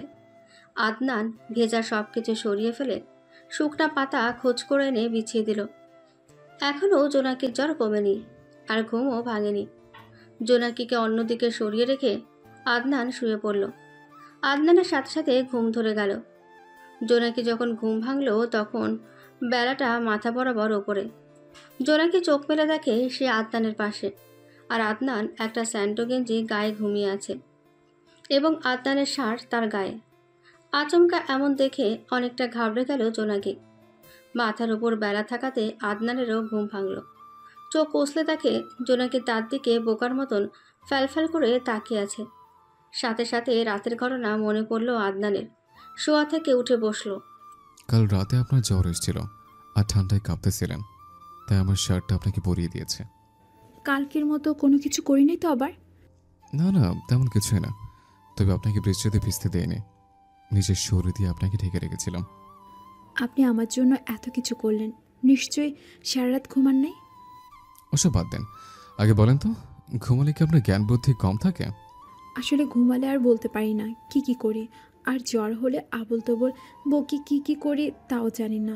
তবে যখন সুস্থ হই তখন ধীরে ধীরে সব মনে পড়ে যায় আমার। মনে তো হচ্ছে জ্বর নাই আপনার শরীরে। দেখে বাইরে পানি কত জমেছে, হাত মুখ ধুতে হবে, আর কিছু খেতে হবে। দুইজন ছাউনি থেকে বের হয়ে ডাবের খোসায় জমা পানি দিয়ে দুজনে হাত মুখ ধুয়ে নিল। আগের দিনের কলা দুজনে খেলো, ডাবের পানি আর বৃষ্টির পানি খেলো। যেহেতু রোদ উঠেছে, রাতে বৃষ্টি হয়েছে, তাই একটু আগুন জ্বালানোর জন্য লাকড়ি সংগ্রহ করতে হবে। আশেপাশে থেকে লাকড়ি সংগ্রহ করে আবারও আগুন ধরালো। তারপর আদনান গোসল সেরে নিল। জোনাকির ওড়নাটা ভিজিয়ে নিয়ে জোনাকিকে দিল, যাতে ভালো করে শরীরটা মুছে নিতে পারে। দুদিন অতিবাহিত হলো, কিন্তু বের হওয়ার বা যাবে তার কোনো উপায় পেল না। আর কোনো উদ্ধারকর্মী কিংবা জোন জাহাজ দেখতে পেল না। এদিকে কলাগুলোও শেষ হয়ে গেছে। দুদিনে জোনাকির জ্বর একেবারে সেরে গেছে। খাবার তো শেষ হলো, এভাবে তো ডাবের পানি খেয়ে বাঁচাও সম্ভব না। তাহলে কি এখন আমাদের এখানে না খেয়ে থাকতে হবে? দেখি কোনো উপায় বের করতে পারি কিনা। আদনান সেই বাঁশঝাড় থেকে কাঁচা কঞ্চি কেটে ফালা করে সুচালো করলো। এখন সমুদ্রের মাছ ধরে আগুনে ঝলসিয়ে খেতে হবে। তাই আদনান সমুদ্রে জলে নামলো। অনেক চেষ্টায় দুটো ছোট মাছ পেল, তা আগুনে পুড়িয়ে দুজনে খেল। এভাবে প্রায় 1 সপ্তাহ কেটে গেল। এখন আদনানের খুব টেনশন হচ্ছে। একা ছেলে মানুষ যে করে হোক থাকতে পারত, কিংবা কোনো উপায় পেত, কিন্তু জোনাকি থাকাতে কিছুই বুঝে উঠতে পারছে না। কারণ আগুনে পোড়া মাছ খেলে বমি করছে। হয়তো শহরের বড় ঘরের মেয়ে, তাই হয়তো অভ্যস্ত নাই। এই 1 সপ্তাহে জোনাকির চেহারা অনেকটা ভেঙে গেছে, কারণ শরীরে জ্বর ছিল। পেট পুড়ে খেতেও পারছে না। একটু চলাচল করবে বা হাঁটবে সেরকম শক্তিও নেই তার গায়ে। আমি বুঝি আপনাকে খুব বিপদে ফেলেছি। আমার কারণে আজকে এই অচেনা দ্বীপে আটকা পড়ে আছি। আমি আপনাকে সাহায্য পর্যন্ত করতে পারছি না। আপনি কেন বিপদে ফেলবেন আমাকে? সব আল্লাহর ইচ্ছা, এখানে সাহায্য করার কি আছে? সেটা নয়, হয়তো একাই থাকলে নিজে নিজে এখান থেকে চলে যাওয়ার পথ বের করতেন। যাওয়ার উপায় থাকলে না হয় পথ বের করতাম। আচ্ছা, আপনি কি আমাকে একটা কাজে সাহায্য করতে পারবেন? অবশ্যই পারবো, কিন্তু কাজটা কি বলবেন? দেখেন, আমরা এখান থেকে বেরও হতে পারবো না। এতদিন হলো কেউ কোনো উদ্ধারকর্মী কিংবা আমাদের ট্রিপের অ্যাডমিন কিছুই করলো না। আর তারা হয়তো জানে না আমরা কোথায় আছে। সেটা বুঝলাম, কিন্তু কাজটা কি? ওই যে বাঁশঝাড় আছে না, সেখান থেকে বাঁশকে কলার ভেলার মতো বানিয়ে এখান থেকে বের হতে হবে। কিন্তু তা দিয়ে কি আমরা এত বড় সাগর পাড়ি দিতে পারবো? চেষ্টা করে দেখতে তো কোনো উপায় নেই। আর এমনিতে এখানে থাকলে জীবিত থাকবো কিনা সন্দেহ আছে। আপনি যা ভালো মনে করেন, তাহলে চলেন কাজ শুরু করে দিই। আর বসে থেকে দেরি করে কারোর জন্য অপেক্ষা করার মানেই হয় না। চলেন তাহলে আমার সাথে, তবে একদিনে পারবো কিনা সন্দেহ আছে। কেন বলুন তো? এই সামান্য ধারহীন চাকু দিয়ে কাটাটা কষ্ট আছে। তবু দুজনে গেল বাঁশ কাটতে। সারাদিনে 2টা বাঁশ কাটতে পেরেছে, আরও 2টো বাঁশ কাটতে হবে। তার পরের দিনও জোর দিয়ে বাঁশ কাটলো। 4টে বাঁশ কাটতে 2 দিন চলে গেল। শুনেন মিস্টার আদনান, রাতের মধ্যে বাঁশগুলো ভেলার মতো করে ফেলেন। সেটাই ভাবতেছে। তবে রশির মতো মোটা লতা জাতীয় কিছু লাগবে। এখনো দিনের আলো আছে। আপনি এখানে থাকেন, আমি আশেপাশে খোঁজ করি। বেশি দূরে যাবেন না, একা থাকতে কিন্তু ভয় করে আমার। আদনান কোনো রকম মোটা শক্ত লতা নিয়ে আসলো। আদনান বাঁশের 2টো করে গুড়ি আর জোনাকি একটা করে গুড়ি নিয়ে সমুদ্রের ধারের কাছে রেখে আনা শুরু করে দিল। সব আনা হলে আদনান সবগুলো সারি করে একটার সাথে আরেকটা বাঁধতে লাগলো লতা দিয়ে। অনেক মজবুত করে বানানো হয়েছে। একবার সমুদ্রের জলে নামিয়ে দেখলো, তারপর 2টো ডাবের পাতা দিয়ে বৈঠা বানালো। বাঁশের ভেলাটা ডাঙ্গায় রাখলো, তারপর দুজনে ছাউনিতে গেল। জোনাকি দেখে আর মাত্র 3টে ডাব আছে। এই কয়দিনে আশেপাশের সব গাছের ডাব পেরে খেয়েছে তারা। তাই জোনাকি বলছে, এই 3টে ডাব ছাড়া তো আর কিছুই নাই। কি আর করার আছে, কোনো রকম এই 3টা খেয়ে রাতটা পার করি, কালকে তো যাবই। আমি ভেবেছিলাম কয়েকটা নিব, যদি ওই রোদের মাঝে তৃষ্ণা পায় তখন। বাঁচবো না মরবো তার কোনো গ্যারান্টি নেই। আচ্ছা, বাদ দেন এসব। আপনি 2টো খেয়ে নিন, আমি একটা খাই। না না, আপনি অনেক বেশি পরিশ্রম করেছেন। আপনি 2টো খান, আমি একটাই খাই। আপনার শরীর এমনিতে দুর্বল, তাছাড়া 2 দিন থেকে মাছও ধরি না। আপনি খান, আমি একটা খেয়ে রাত পার করতে পারবো। আর আপনি একা থাকতে পারলে এখানে তাহলে আমি একটু খোঁজ করতাম খাবারের। না না, তার দরকার নেই, রাত হয়েছে অনেক। তাছাড়া অনেক বিষাক্ত কিছু রাতে বের হয়। দুজনে ডাব খেয়ে নিল, কিন্তু পেটে ক্ষুধা থাকায় কারোর ঘুম আসছে না। তাই দুজনে রাতে নানা রকম কথা বলতে লাগলো। আচ্ছা, আমরা যদি বেঁচে ফিরি তাহলে কি সব ঘটনা মনে থাকবে আপনার? মনে তো মৃত্যুর আগ পর্যন্ত থাকবে। সুখের কথা মনে থাকলে কষ্টের কথা মনে থাকে, বুঝলেন? আমার জন্য আজকে এরকম বিপদে পড়তে হলো। কেন যে জোর করে সাদা পাথরের পাহাড়ে নিয়ে গেলাম। এসব কি বলা খুব জরুরি? এটা তো ভ্রমণের আনন্দ। এটাও তো আমাদের একটা ভ্রমণ জ্ঞান অর্জন। এরকম প্রতিকূল ধ্বংসাত্মক পরিবেশে কি করে বাঁচতে হয় এটাও তো শিক্ষা। আবার দেখেন, এরকম কষ্ট না করলে গরিব মানুষ সম্পর্কে কি জানতে পারতাম বলেন? তা অবশ্য ঠিক বলেন। সত্যি আমাদের আশেপাশে অনেক মানুষ না খেয়ে থাকে। সত্যি তারা কীরকম জীবন পার করে তা এখন বুঝতে পারতেছি। এরকম আরও নানান কথা বলল তারা। হঠাৎ জোনাকি কথা বলা বন্ধ করে দিল। আদনান বুঝে গেল জোনাকি ঘুমিয়ে গেছে। আদনানের চোখে ঘুম আসছে না, তাই ছাউনি থেকে বের হয়ে সমুদ্রের ধারে গেল। আকাশের চাঁদ দেখছে আর ভাবছে, সত্যি কি তারা পারবে এই সামান্য বাঁশের ভেলায় করে পৌঁছাতে, কিংবা কোনো জাহাজ জনমানবের দেখা? শেষ রাতের দিকে ছাউনিতে এসে ঘুমায় আদনান। অনেক দেরিতে ঘুম ভাঙে জোনাকির। ঘুম থেকে উঠে দেখে আদনান তখনও ঘুমাচ্ছে, তাই আদনানকে না ডেকে সমুদ্রে জল দিয়ে মুখটা ধুয়ে নিল। ছাউনিতে এসে আদনানকে ডাক দিল। আদনান ঘুম থেকে উঠে মুখ ধুয়ে ছাউনিতে জোনাকির কাছে আসলো। আপনি একটু অপেক্ষা করেন, আমি দেখি খাওয়ার মতো কিছু পাই কিনা। সব জায়গায় তো খুঁজছেন, কোথাও তো খাবার কিছু নেই। কিন্তু পশ্চিম দিকটা একদমই যায় নাই। সেখানে তো সাপ পোকামাকড় আছে, যাওয়ার দরকার নেই। আপনার চেহারা বলে দিচ্ছে আপনি কতটা শুকিয়ে আছেন। চেহারা কেমন কালো হচ্ছে। আপনি থাকেন, আমি যাবো আর আসবো। জোনাকির কথা না শুনে আদনান পশ্চিম দিকে গেল। যাই হোক, এখানে এসেও তেমন কিছু পেল না। আদনান ভাবছে ভেতরে যাবে কি না। এসব ভাবতে ভাবতে ভিতরে গেল। অনেক সাপ পোকা বিচ্ছু। সাবধানে ভিতরে গেল। গিয়ে দেখে ডাবের গাছ। কোনো রকম গাছে উঠে ডাব পাড়াবে দেখে সেখানেও সাপ। অনেক কষ্টে সাপ সরিয়ে ডাব পারল। তারপর সামনে দেখলো পেয়ারা গাছ। সেখান থেকে অনেকগুলো পেয়ারা নিজের শার্ট খুলে সেখানে নিল। আবারও খুব সাবধানে সেখান থেকে বের হলো। আদনান মনে মনে বলছে, এরকম জায়গায় আর দ্বিতীয়বার আসবে না, দরকার হলে ক্ষুধায় মরে যাবে। জোনাকির খুব টেনশন। অনেকক্ষণ হলো গিয়েছে, কিন্তু আদনান এখনও ফিরে আসছে না। তাই ছাউনি থেকে বের হয়ে পশ্চিম দিকের ওই দিকে বারবার যাচ্ছে আর ফিরে আসছে। এমন সময় দেখলো আদনান আসছে। কাঁধে ডাব আর গায়ের শার্টগুলোই সেখানে কি জানি টোপলা করে আনছে। আদনানকে দেখে দৌড়ে গেল জোনাকি। আপনি কি মানুষ? এত সময় গেল আপনার আসার নামগন্ধ নেই। জানেন আমার খুব টেনশন হচ্ছিল। কি করব বলেন? যখন গিয়েছে খালি হাতে কি করে ফিরে আসে বলেন তো? কিন্তু আপনার শার্টে কি এনেছেন? আর শার্টটা নষ্ট হয়ে গেছে দেখছি। ও, বাতন শার্টের কথা। এখানে পেয়ারা আছে আর ডাবও এনেছে। আপনি এরকম একটা জায়গায় গিয়ে কি করে পেলেন এত সব? এসব শুনতে হবে না, চলেন আগে খেতে হবে আর বের হতে হবে এখান থেকে। দুজনে আগে ছাউনিতে গিয়ে পেট ভরে ডাবের পানি আর পেয়ারা খেলো। পেয়ারাগুলো মিষ্টি ছিল আর সাথে ডাবের পানি। উফ, অনেকদিন পর মনে হচ্ছে পেটে কিছু পড়েছে। তারপর দুজনে সমুদ্রের ধারে গেল। বাকি ডাব আর পেয়ারা ভেলায় রাখলো। দুজনে ঠেলে ভেলাটা সমুদ্রের জলে তুলল। দুজনে উঠে ডাবের পাতার বৈঠা দিয়ে চালানো শুরু করলো, কিন্তু সমুদ্রের ঢেউয়ের কারণে বেশি দূরে যেতে পারছে না। এত কষ্ট করার পরও তো আমরা বেশি দূরে যেতে পারছি না। আপনি সামনের দিকে বসেন, আমি পেছনে বসতেছি। আর একটু জড়ো জড়ো বইটা নাড়বেন। আমি মেয়ে মানুষ হয়ে আর কত জোর দিব? তাছাড়া আমি তো এসব কখনো করি নাই। আচ্ছা ঠিক আছে, যতটুকু পারেন ততটুকুই করেন। দুজনে আবারও বৈঠা দিয়ে চালানো শুরু করলো। এবার কাজ হলো।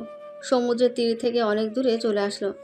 এখন আর সমস্যা হচ্ছে না, তবে সমুদ্রের ঢেউ এখনও আছে সেই রকম। হঠাৎ তাদের মাথার উপরে একটা হেলিকপ্টার দেখতে পেল। দুজনে বৈঠা রেখে দু হাত ওপরে তুলে চিল্লাতে থাকলো। এমন সময় হেলিকপ্টারে থাকা পাইলট দেখতে পেল। সাথে সাথে হেলিকপ্টার নিচে নামানো শুরু করে দিল। আসলে এটা তাদের উদ্ধার করার জন্য এসেছে। আর সব করেছে ট্রিপ এর অ্যাডমিন। হেলিকপ্টারের অ্যাডমিন ছাড়াও জোনাকির বন্ধু সৌভিক, সাথী এবং আদনানের বন্ধু শরীফ আছে। যখন দেখলো হেলিকপ্টার তাদের দেখেছে আর নিচে একটু করে নামছে, তখন জোনাকি আদনানকে জড়িয়ে ধরে। ইয়েস, আমরা বেঁচে গেছি। আমাদের বাঁচানোর জন্য ওরা এসেছে। এসেছে তো, এবার আর কষ্ট করতে হবে না আমাদের। এক মুহূর্তের জন্য মনে হয়েছিল আজকেই বুঝি আমাদের শেষ দিন। হয়েছে, এবার ছেড়ে দেন। ওই যে রসিওলা মই নামিয়ে দিয়েছে। কিছুটা লজ্জাও পেল জোনাকি। সাথে সাথে ছেড়ে দিল আদনানকে। মই দিয়ে প্রথমে জোনাকিকে ওঠা শুরু করলো। তারপর পেছনে আদনান ওঠা শুরু করে দিল। হেলিকপ্টারে উঠলে আদনানকে শরীফ আর জোনাকিকে সাথে জড়িয়ে ধরল। এবার হেলিকপ্টার তাদেরকে নিয়ে যাওয়া শুরু করে দিল।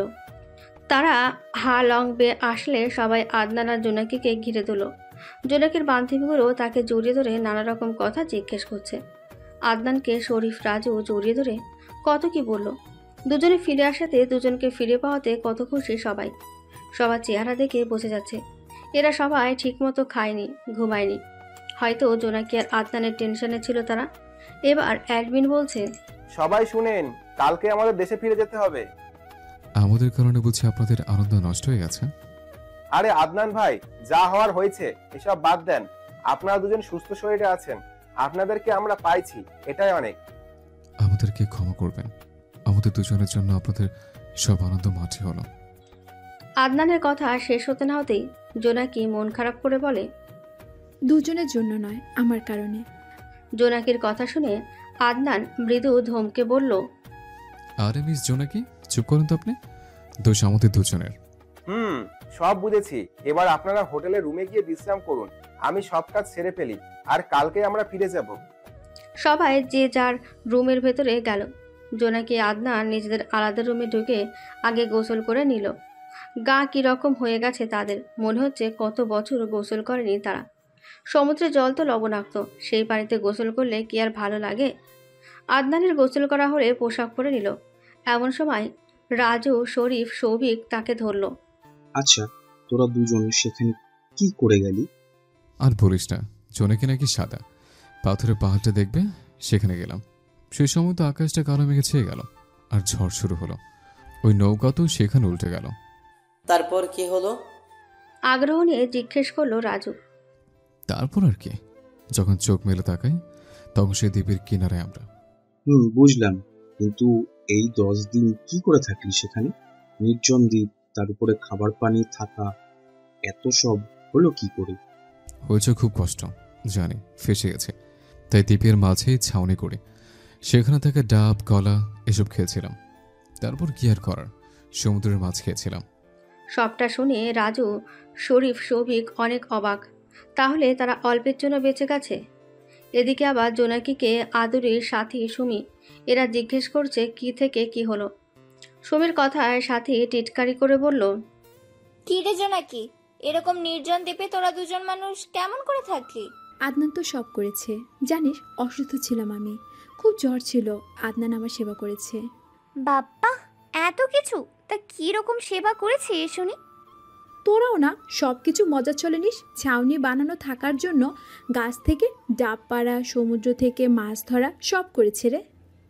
ইস, এরকম একটা কেয়ারিং বয়ফ্রেন্ড যদি থাকতো আমার। জোনাকির কথা শুনে সাথী আফসোস করে বলে, সুমি সবসময় তোর উল্টো পাল্টা কথা। দেখছিস না জোনাকি কি রকম জ্বলছে? কেন রে জোনাকি, সত্যি জ্বলছিস তুই? সাথী, তুই ঠিকই বলেছিস রে। তোরা দুজন কি শুরু করলি শুনি? জোনাকি তুই বলতো তারপর কি হলো? তোরা থাম, আগে শুনতে দে। তারপর কি হলো জোনাকি? আমার জ্বর হয়েছিল, আদনান নিজের শার্ট খুলে দিয়েছিল। জ্বরের দিনে বৃষ্টি হয়েছিল, সারা রাত জেগেছিল, আর নিজের শরীর আমার উপর দিয়ে বৃষ্টি থেকে ভেজা রক্ষা করেছিল। নিজের দেহ মানে ঠিক বুঝলাম না। মানে আমি শুয়েছিলাম আর আদনান ছাউনির মতো উপরে ছিল। দেখেছিস সাথী, আদনান ছেলেটা কত ভালো। আর সত্যি বলতে আদনানকে দেখে আমার খুব পছন্দ হয়েছে। সুমিকে থামিয়ে আদুরি বলল, তোরা থাম, আগে শুনতে দে। তারপর কি হলো জোনাকি? তারপর আগুন জ্বালানো, খাবার নিয়ে আসা, দ্বীপের চারদিকে ঘুরে রাস্তা খোঁজা যদি বের হওয়া যায়। খাবার শেষ হয়েছিল, সাপ পোকামাকড়ের ঘেরা জঙ্গলে ঢুকে খাবার আনা, বাঁশ দিয়ে ভেলা বানানো, আরও কত কি। সুমি শোন, জোনাকির সাথে নিশ্চয়ই আদনানের ভালো সম্পর্ক। তুই চাইলে জোনাকি তোদের লাইনটা করে দিতে পারে। কিরে জোনাকি, তুই সুমির সাথে লাইনটা করে দে। শোন, তোরা যা ভাবতেছিস আদনান সেরকম নয়, বুঝলি তোরা? তা কিরকম শুনি? আদনান প্রেম ভালোবাসা পছন্দ করে না, কারণ তার সাথে এই কয়েকদিনে হাজারো কথা হয়েছে, অনেক কিছু জেনেছি তার সম্পর্কে। জোনাকির কথা শুনে সাথী আফসোস করে বলে, সুমি, জোনাকি মনে হয় তোর প্রেমটা হওয়ার আগেই ভেঙে দিল রে। সাথীকে মৃদু ধমকে জোনাকি বলল, তোরা দুজন কি শুরু করলি? হ্যাঁ, একটু শান্তিতে থাকতে দে। জোনাকি কথা শুনে আদুরি মন খারাপ করে বলে, এই কয়েকদিনে কেউ শান্তিতে ছিলাম না তোদের টেনশনে।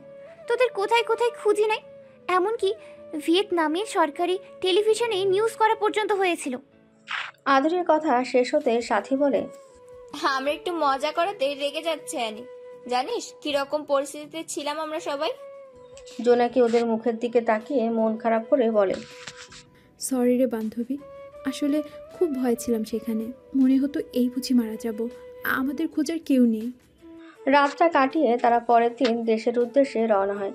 সবাই যে যার মতো করে চলে যায়, কিন্তু আদনান খুব করে চেয়েছিল জোনাকির সাথে কথা বলতে।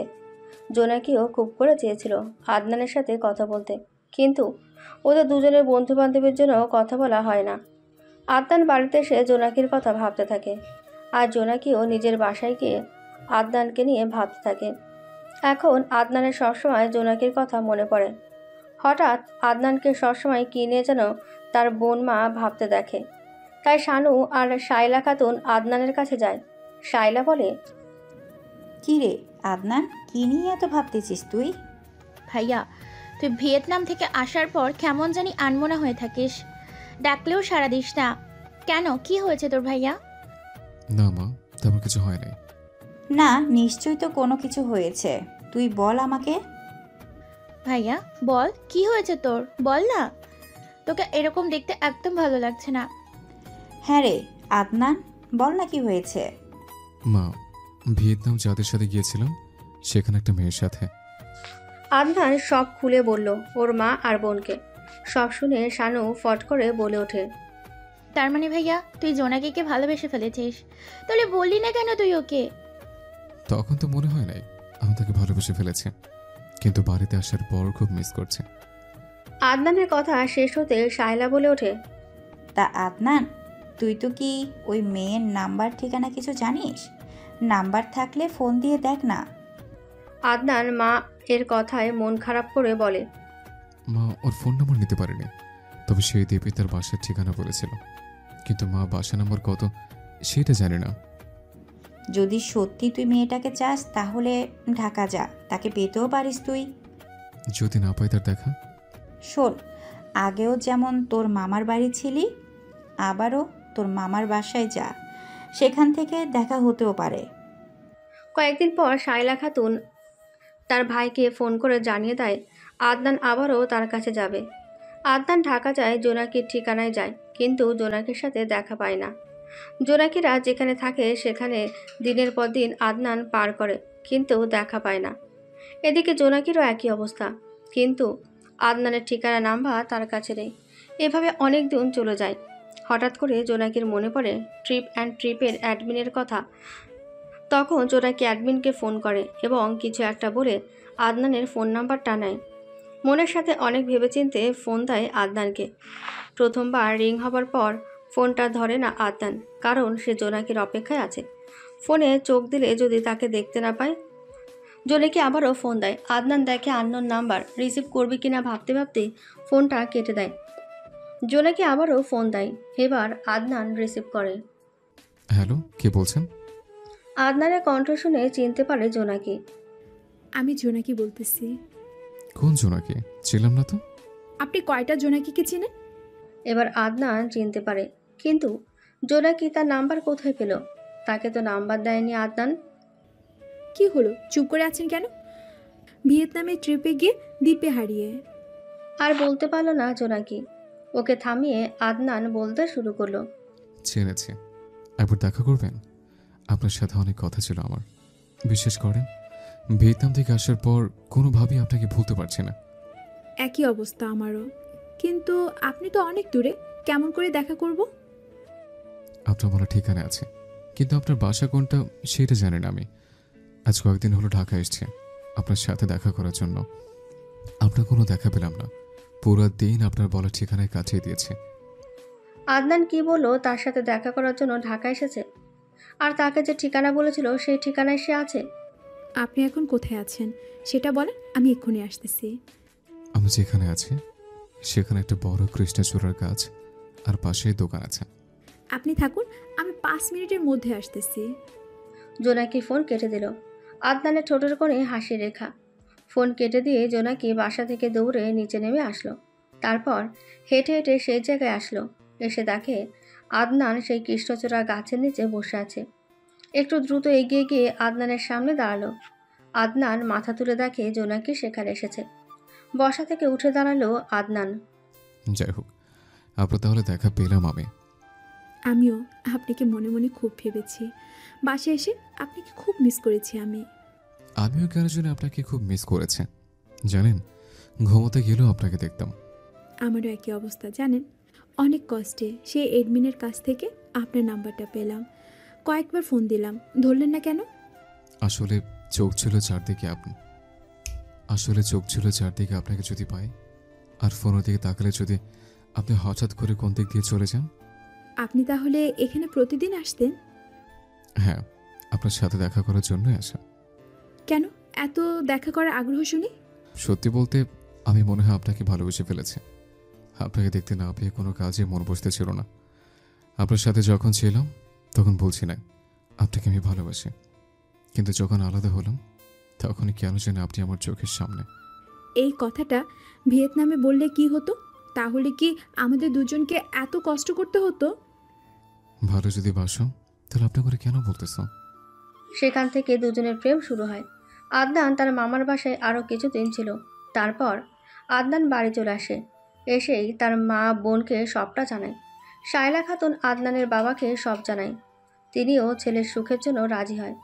তাদের প্রেম এভাবে ফোনেই চলতে থাকে। আদনানের পড়াশোনা শেষ হলে চাকরির জন্য চেষ্টা করতে থাকে। এর মাঝেই আদনান আবারও ঢাকায় তার মামার কাছে যায় চাকরির ইন্টারভিউ দিতে, কিন্তু সেখানেও চাকরি হয় না। তাই বাড়ি আসার সিদ্ধান্ত নেয়। একবার ভাবে তার পরিবারের মানুষ তো জোনাকিকে নিয়ে যেতে বলেছিল, তাই আদনান জোনাকিকে ফোন করে। জোনাকি, এখন কি তোমার পড়াশোনার চাপ বা কোনো কাজ আছে? কেন বলো তো? না মানে তোমাকে সাথে করে বাড়ি নিয়ে যেতাম। সবাই তোমার সাথে ফোনে কথা বলেছে, এখন সবাই সরাসরি দেখতে চাই তোমাকে। সত্যি নিবে তোমার সাথে আমাকে? আমারও খুব ইচ্ছে ছিল জানো। আচ্ছা কবে যাবে তুমি? আজকে রাতের বাসে ফিরবো আমি। আচ্ছা তুমি বাস কাউন্টারে থেকো, আমি সময় মতো পৌঁছে যাব। কিন্তু বাসায় কি বলবে তুমি? সেটা নিয়ে ভাবতে হবে না। বলবো বান্ধবীর বিয়ে, তার গ্রামের বাড়ি যাচ্ছি, বুঝতে কোনো সমস্যা হবে না। আমি এক্ষুনি সব গোছানো শুরু করব। রাখলাম। জোনাকির এমন পাগলামি দেখে হাসি পেল আদনানের।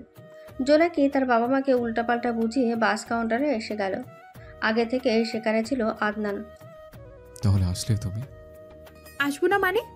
তোমার বোন কত সুন্দর করে কথা বলে, তোমার মা আমাকে মা বলে ডাকে, আর সেখানে যাব না আমি?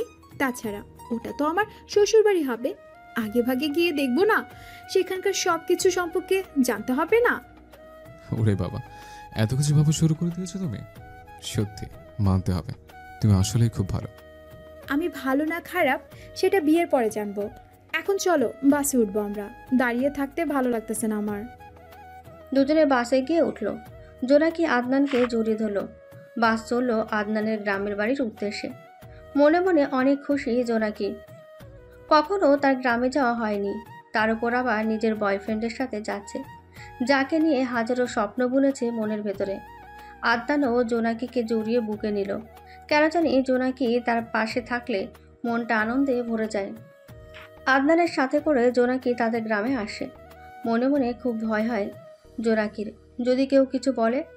ফোনের অপর প্রান্তের কথা বলা আর সরাসরি কথা বলা সবাই কি আর এক হয়? তবুও আদনানের সাথে পা বাড়ালেও সাহস করে।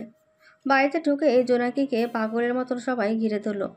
জোনাকির মনেই হচ্ছে না এখানে সে প্রথমবার আসলো।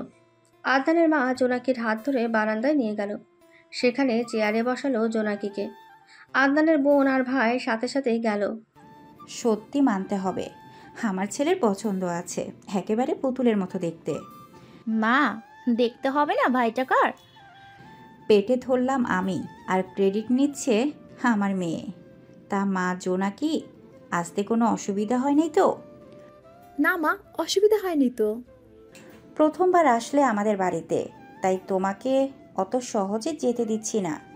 জোনাকি সেবার প্রায় 15 দিনের মতন ছিল।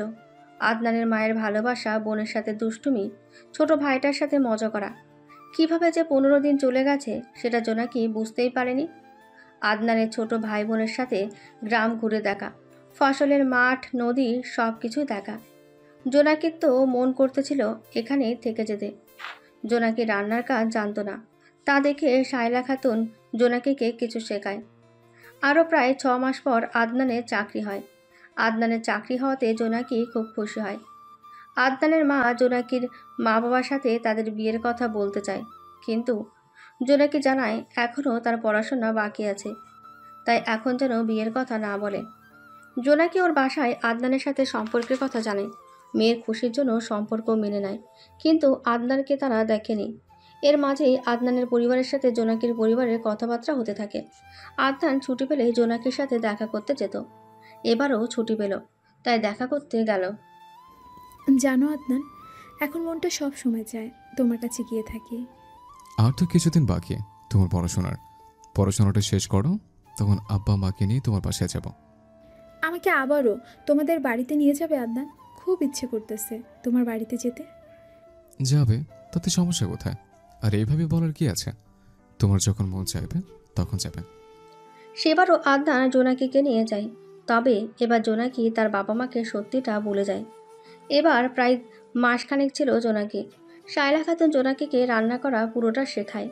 গ্রামে কিভাবে চলতে হবে, থাকতে হবে, কার সাথে কিভাবে ব্যবহার করতে হবে, সব কিছু শেখায়।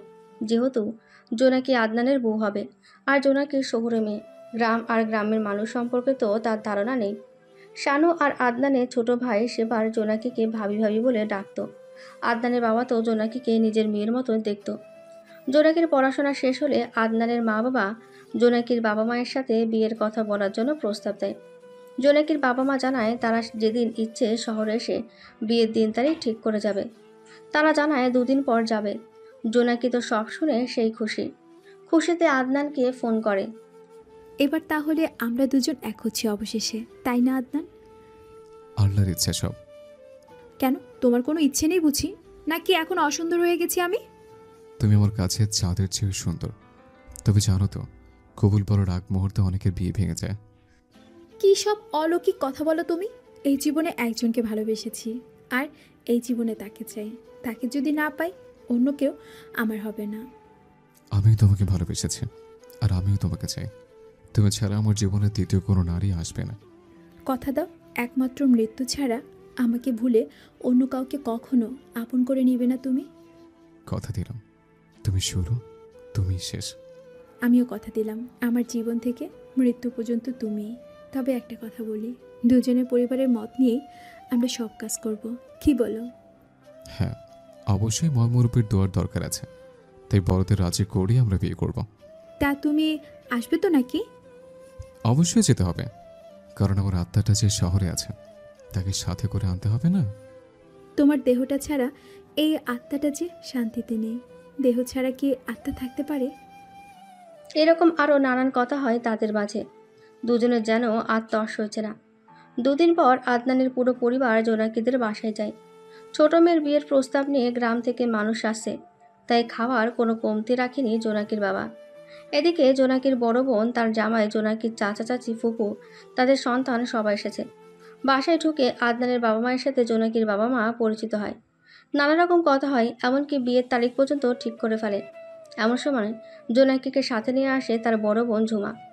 জোনাকির হাতে শরবতের ট্রে, কিন্তু ঝুমা যখন আদনানকে দেখে তখন সে সেখানে চিৎকার করে ওঠে। ঝুমার চিৎকার শুনে সবাই ভয় পেয়ে যায়। আব্বু, আম্মু, এই ছেলে কেন এখানে?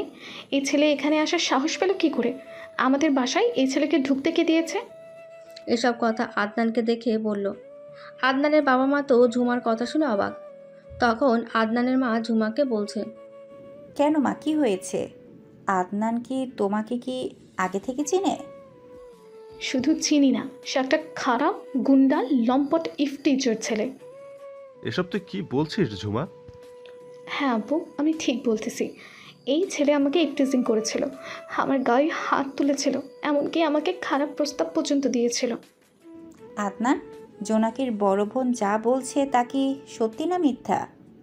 মা, বিশ্বাস করো, উনি যা বলতেছে সব সত্যি নয়। সব সত্যি নয় মানে? কি হয়েছে সেটা বলো। আপনার ছেলে কি বলবে? তার কি বলার মতো মুখ আছে? আপনারা দয়া করে এখান থেকে বের হয়ে যান, না হলে ঘাড় ধাক্কা দিয়ে বের করে দিব। আপু তুই কী সব বলতেছিস? ওনারা আমাদের মেহমান, তাদের সাথে তুই এরকম ব্যবহার করতে পারিস না। তুই চুপ থাক। আমি জানতাম আমার বোন নিশ্চয়ই কোনো ভদ্র ছেলেকে পছন্দ করে, কিন্তু এখন দেখি একটা বদমাইশ ছেলেকে পছন্দ করে। আপু আদনান ওরকম ছেলেই নয়, তোর কোথাও ভুল হচ্ছে। আব্বু, ওনাদেরকে এখনও যেতে বলতেছ না কেন? যেই ছেলে তোমার বড় মেয়ের গায়ে হাত তুলে এফটেজিং করে খারাপ প্রস্তাব দেয়, তার সাথে কি তোমার ছোট মেয়ের বিয়ে দিবে? আগে বস, সব শুনি, মাথা গরম করিস না তো। তুমি চুপ থাকো, আমার মেয়ে তো আর এমনি এমনি এসব বলছে না। আর হ্যাঁ, আপনারা কেমন বেহায়া মানুষ, এখনও এখানে বসে আছেন? আম্মু, এদেরকে ঘাড় ধাক্কা দিয়ে বের করে দাও। আদনান, আমরা কি আরো অপমানিত হব এখানে, নাকি চলে যাব? মা, আগে সব কথা শোনো আমার। এই বেয়াদব ছেলে, বের হয়ে যাও, আর জোনাকির সাথে তোমার কোনো সম্পর্ক হবে না। আদনানের বাবা শায়লা খাতুন আর আদনানের হাত টেনে ধরে নিয়ে যায়। শায়লা খাতুন তার ভাইয়ের বাসায় যাওয়ার কথা বললেও আদনানের বাবা সেটাতে রাজি হয় না। সেদিনের গাড়িতে করে তাদেরকে নিয়ে বাড়ি চলে যায়। পুরো রাস্তা কেউ কারোর সাথে কোনো কথা বলেনি। আদনানের বাবা জানে তার ছেলে এমন নয়, নিশ্চয়ই জোনাকির বোন কোনো কারণে বিয়েটা হতে দিতে চায় না। জোনাকি সেখানেই কাঁদতে থাকে। জোনাকিকে তার কাজিন বোনগুলো সান্ত্বনা দিতে থাকে। জোনাকির বাবা মাকে তার চাচা চাচি ফুপু অনেক কথা বলে। বড় মেয়ের কথা শুনে এমন করে মেহমানকে অপমান করা ঠিক হয় নাই। ছেলে বয়সের অনেক ছেলেই এরকম থাকে। মানুষের সাথে কেউ এরকম ব্যবহার করে, আমরাও যদি কখনো কোনো ভুল করি তাহলে আমাদের সাথেও এরকম কথা বলবে। তাই তারাও সেদিন মন খারাপ করে চলে যায়। জোনাকি সারা রাত দরজা বন্ধ করে বিছানায় শুয়ে কান্না করেছে। মনটা বারবার বলেছিল আদনানের সাথে কথা বলতে, তার বাবা মায়ের সাথে কথা বলতে, কিন্তু লজ্জায় বলতে পারেনি। বড় বোন ঝুমা যা ব্যবহার করলো, সাথে তো তার মা মুশরিফাও কত কি বলল। কয়েকদিন পর জোনাকি আদনানকে ফোন করে। আসল সত্যিটা কি সেটা তো জানতে হবে। তাহলে তোমার মনে আছে আমি নামক কেউ তোমার ফোনের অপেক্ষা ছিলাম? কোন সাহসে ফোন করব? আপু আর আম্মু যা ব্যবহার করলো তোমাদের সাথে। জানো জোনাকি, তোমার আপু যা যা বলেছে এটা কথাও সত্যি নয়। আসল সত্যিটা কি সেটা আজকে আমি জানতে চাই আদনান। ভিয়েতনাম যাওয়ার আরও 1 বছর আগে মামার পাশে গিয়েছিলাম আমি। তোমার আপু রিক্সা করে কোথা থেকে যেন আসে। তোমার আপু রিক্সা চালককে ভাড়া কম দেয় এবং গায়ে হাত তোলে, এমনকি তাকে গালাগালি করে। লোকটা বয়স্ক ছিল, তার সাথে খুব বাজে ব্যবহার করে। তারপর কি হলো? আমার মামাতো ভাই এগিয়ে গিয়ে তার প্রতিবাদ জানায়, তার গায়েও হাত তোলে আর তার মা বাবা তুলে কথা বলে। তখন থাকতে না পেরে এগিয়ে গিয়ে তোমার আপুর গালে থাপ্পড় মারি। তার সাথে আমার অনেক কথা কাটাকাটি হয়। এক পর্যায়ে তাকে বেশ্যা বলে আমি। আমি আগেই বুঝেছি সব। আমি আমার বোনকে চিনি তো, ওর যেটা পছন্দ হবে সেটা ওর লাগবেই, যেটা পছন্দ হবে না সেটা ছুঁড়ে ফেলবে। আর যত মিথ্যে তার কাছে। আমি এক্ষুনি আব্বু আম্মুকে সবটা বলবো। না, এই কাজটা করবে না তুমি, আমার কসম লাগে তোমার। আমি আমার ভালোবাসা দিয়ে সবার মন জয় করতে চাই। আদনানের আড়াল থেকে তার সব কথা শুনে শায়লা খাতুন। তিনি আদনানের কাছ থেকে ফোনটা নিয়ে জোনাকির সাথে কথা বলে। জোনাকি শায়লা খাতুনের সাথে কথা বলতে গিয়ে কেঁদে ফেলে। এভাবে দুজনের যোগাযোগ থাকে। মাঝে মাঝে জোনাকি নিজেই আদনানের বাড়ি এসে বেরিয়ে যেত, কিন্তু ওই যে পরিবার রাজি না হওয়া পর্যন্ত বিয়ে করবে না। যখন ঝুমা জোনাকির সাথে আদনানকে নিয়ে খারাপ ব্যবহার করে, তখন তাদের কথা বলা বন্ধ থাকে। জোনাকি নিজে থেকে যোগাযোগ রাখত না। কোনো একদিন জোনাকি চাকরি পায়। সেই সময় জোনাকির বাবা মারা যায়। আদনান যেতে চেয়েছিল, কিন্তু জোনাকি মানা করে দেয়। প্রায় 2 মাস, 3 মাস, 6 মাস পর্যন্ত যোগাযোগ থাকতো না জোনাকি আদনানের।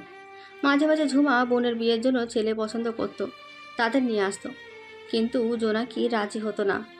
জোনাকির কথা তার ভাই মানুষ হবে, পরিবার সে চালাবে তারপর। তবে এর ভেতরের মাঝে মাঝে জোনাকি আদনানের দেখা করত। হয় আদনান ঢাকা যেত, নয়তো জোনাকি আদনানের বাড়ি আসতো। এভাবে 10টা বছর কেটে যায়।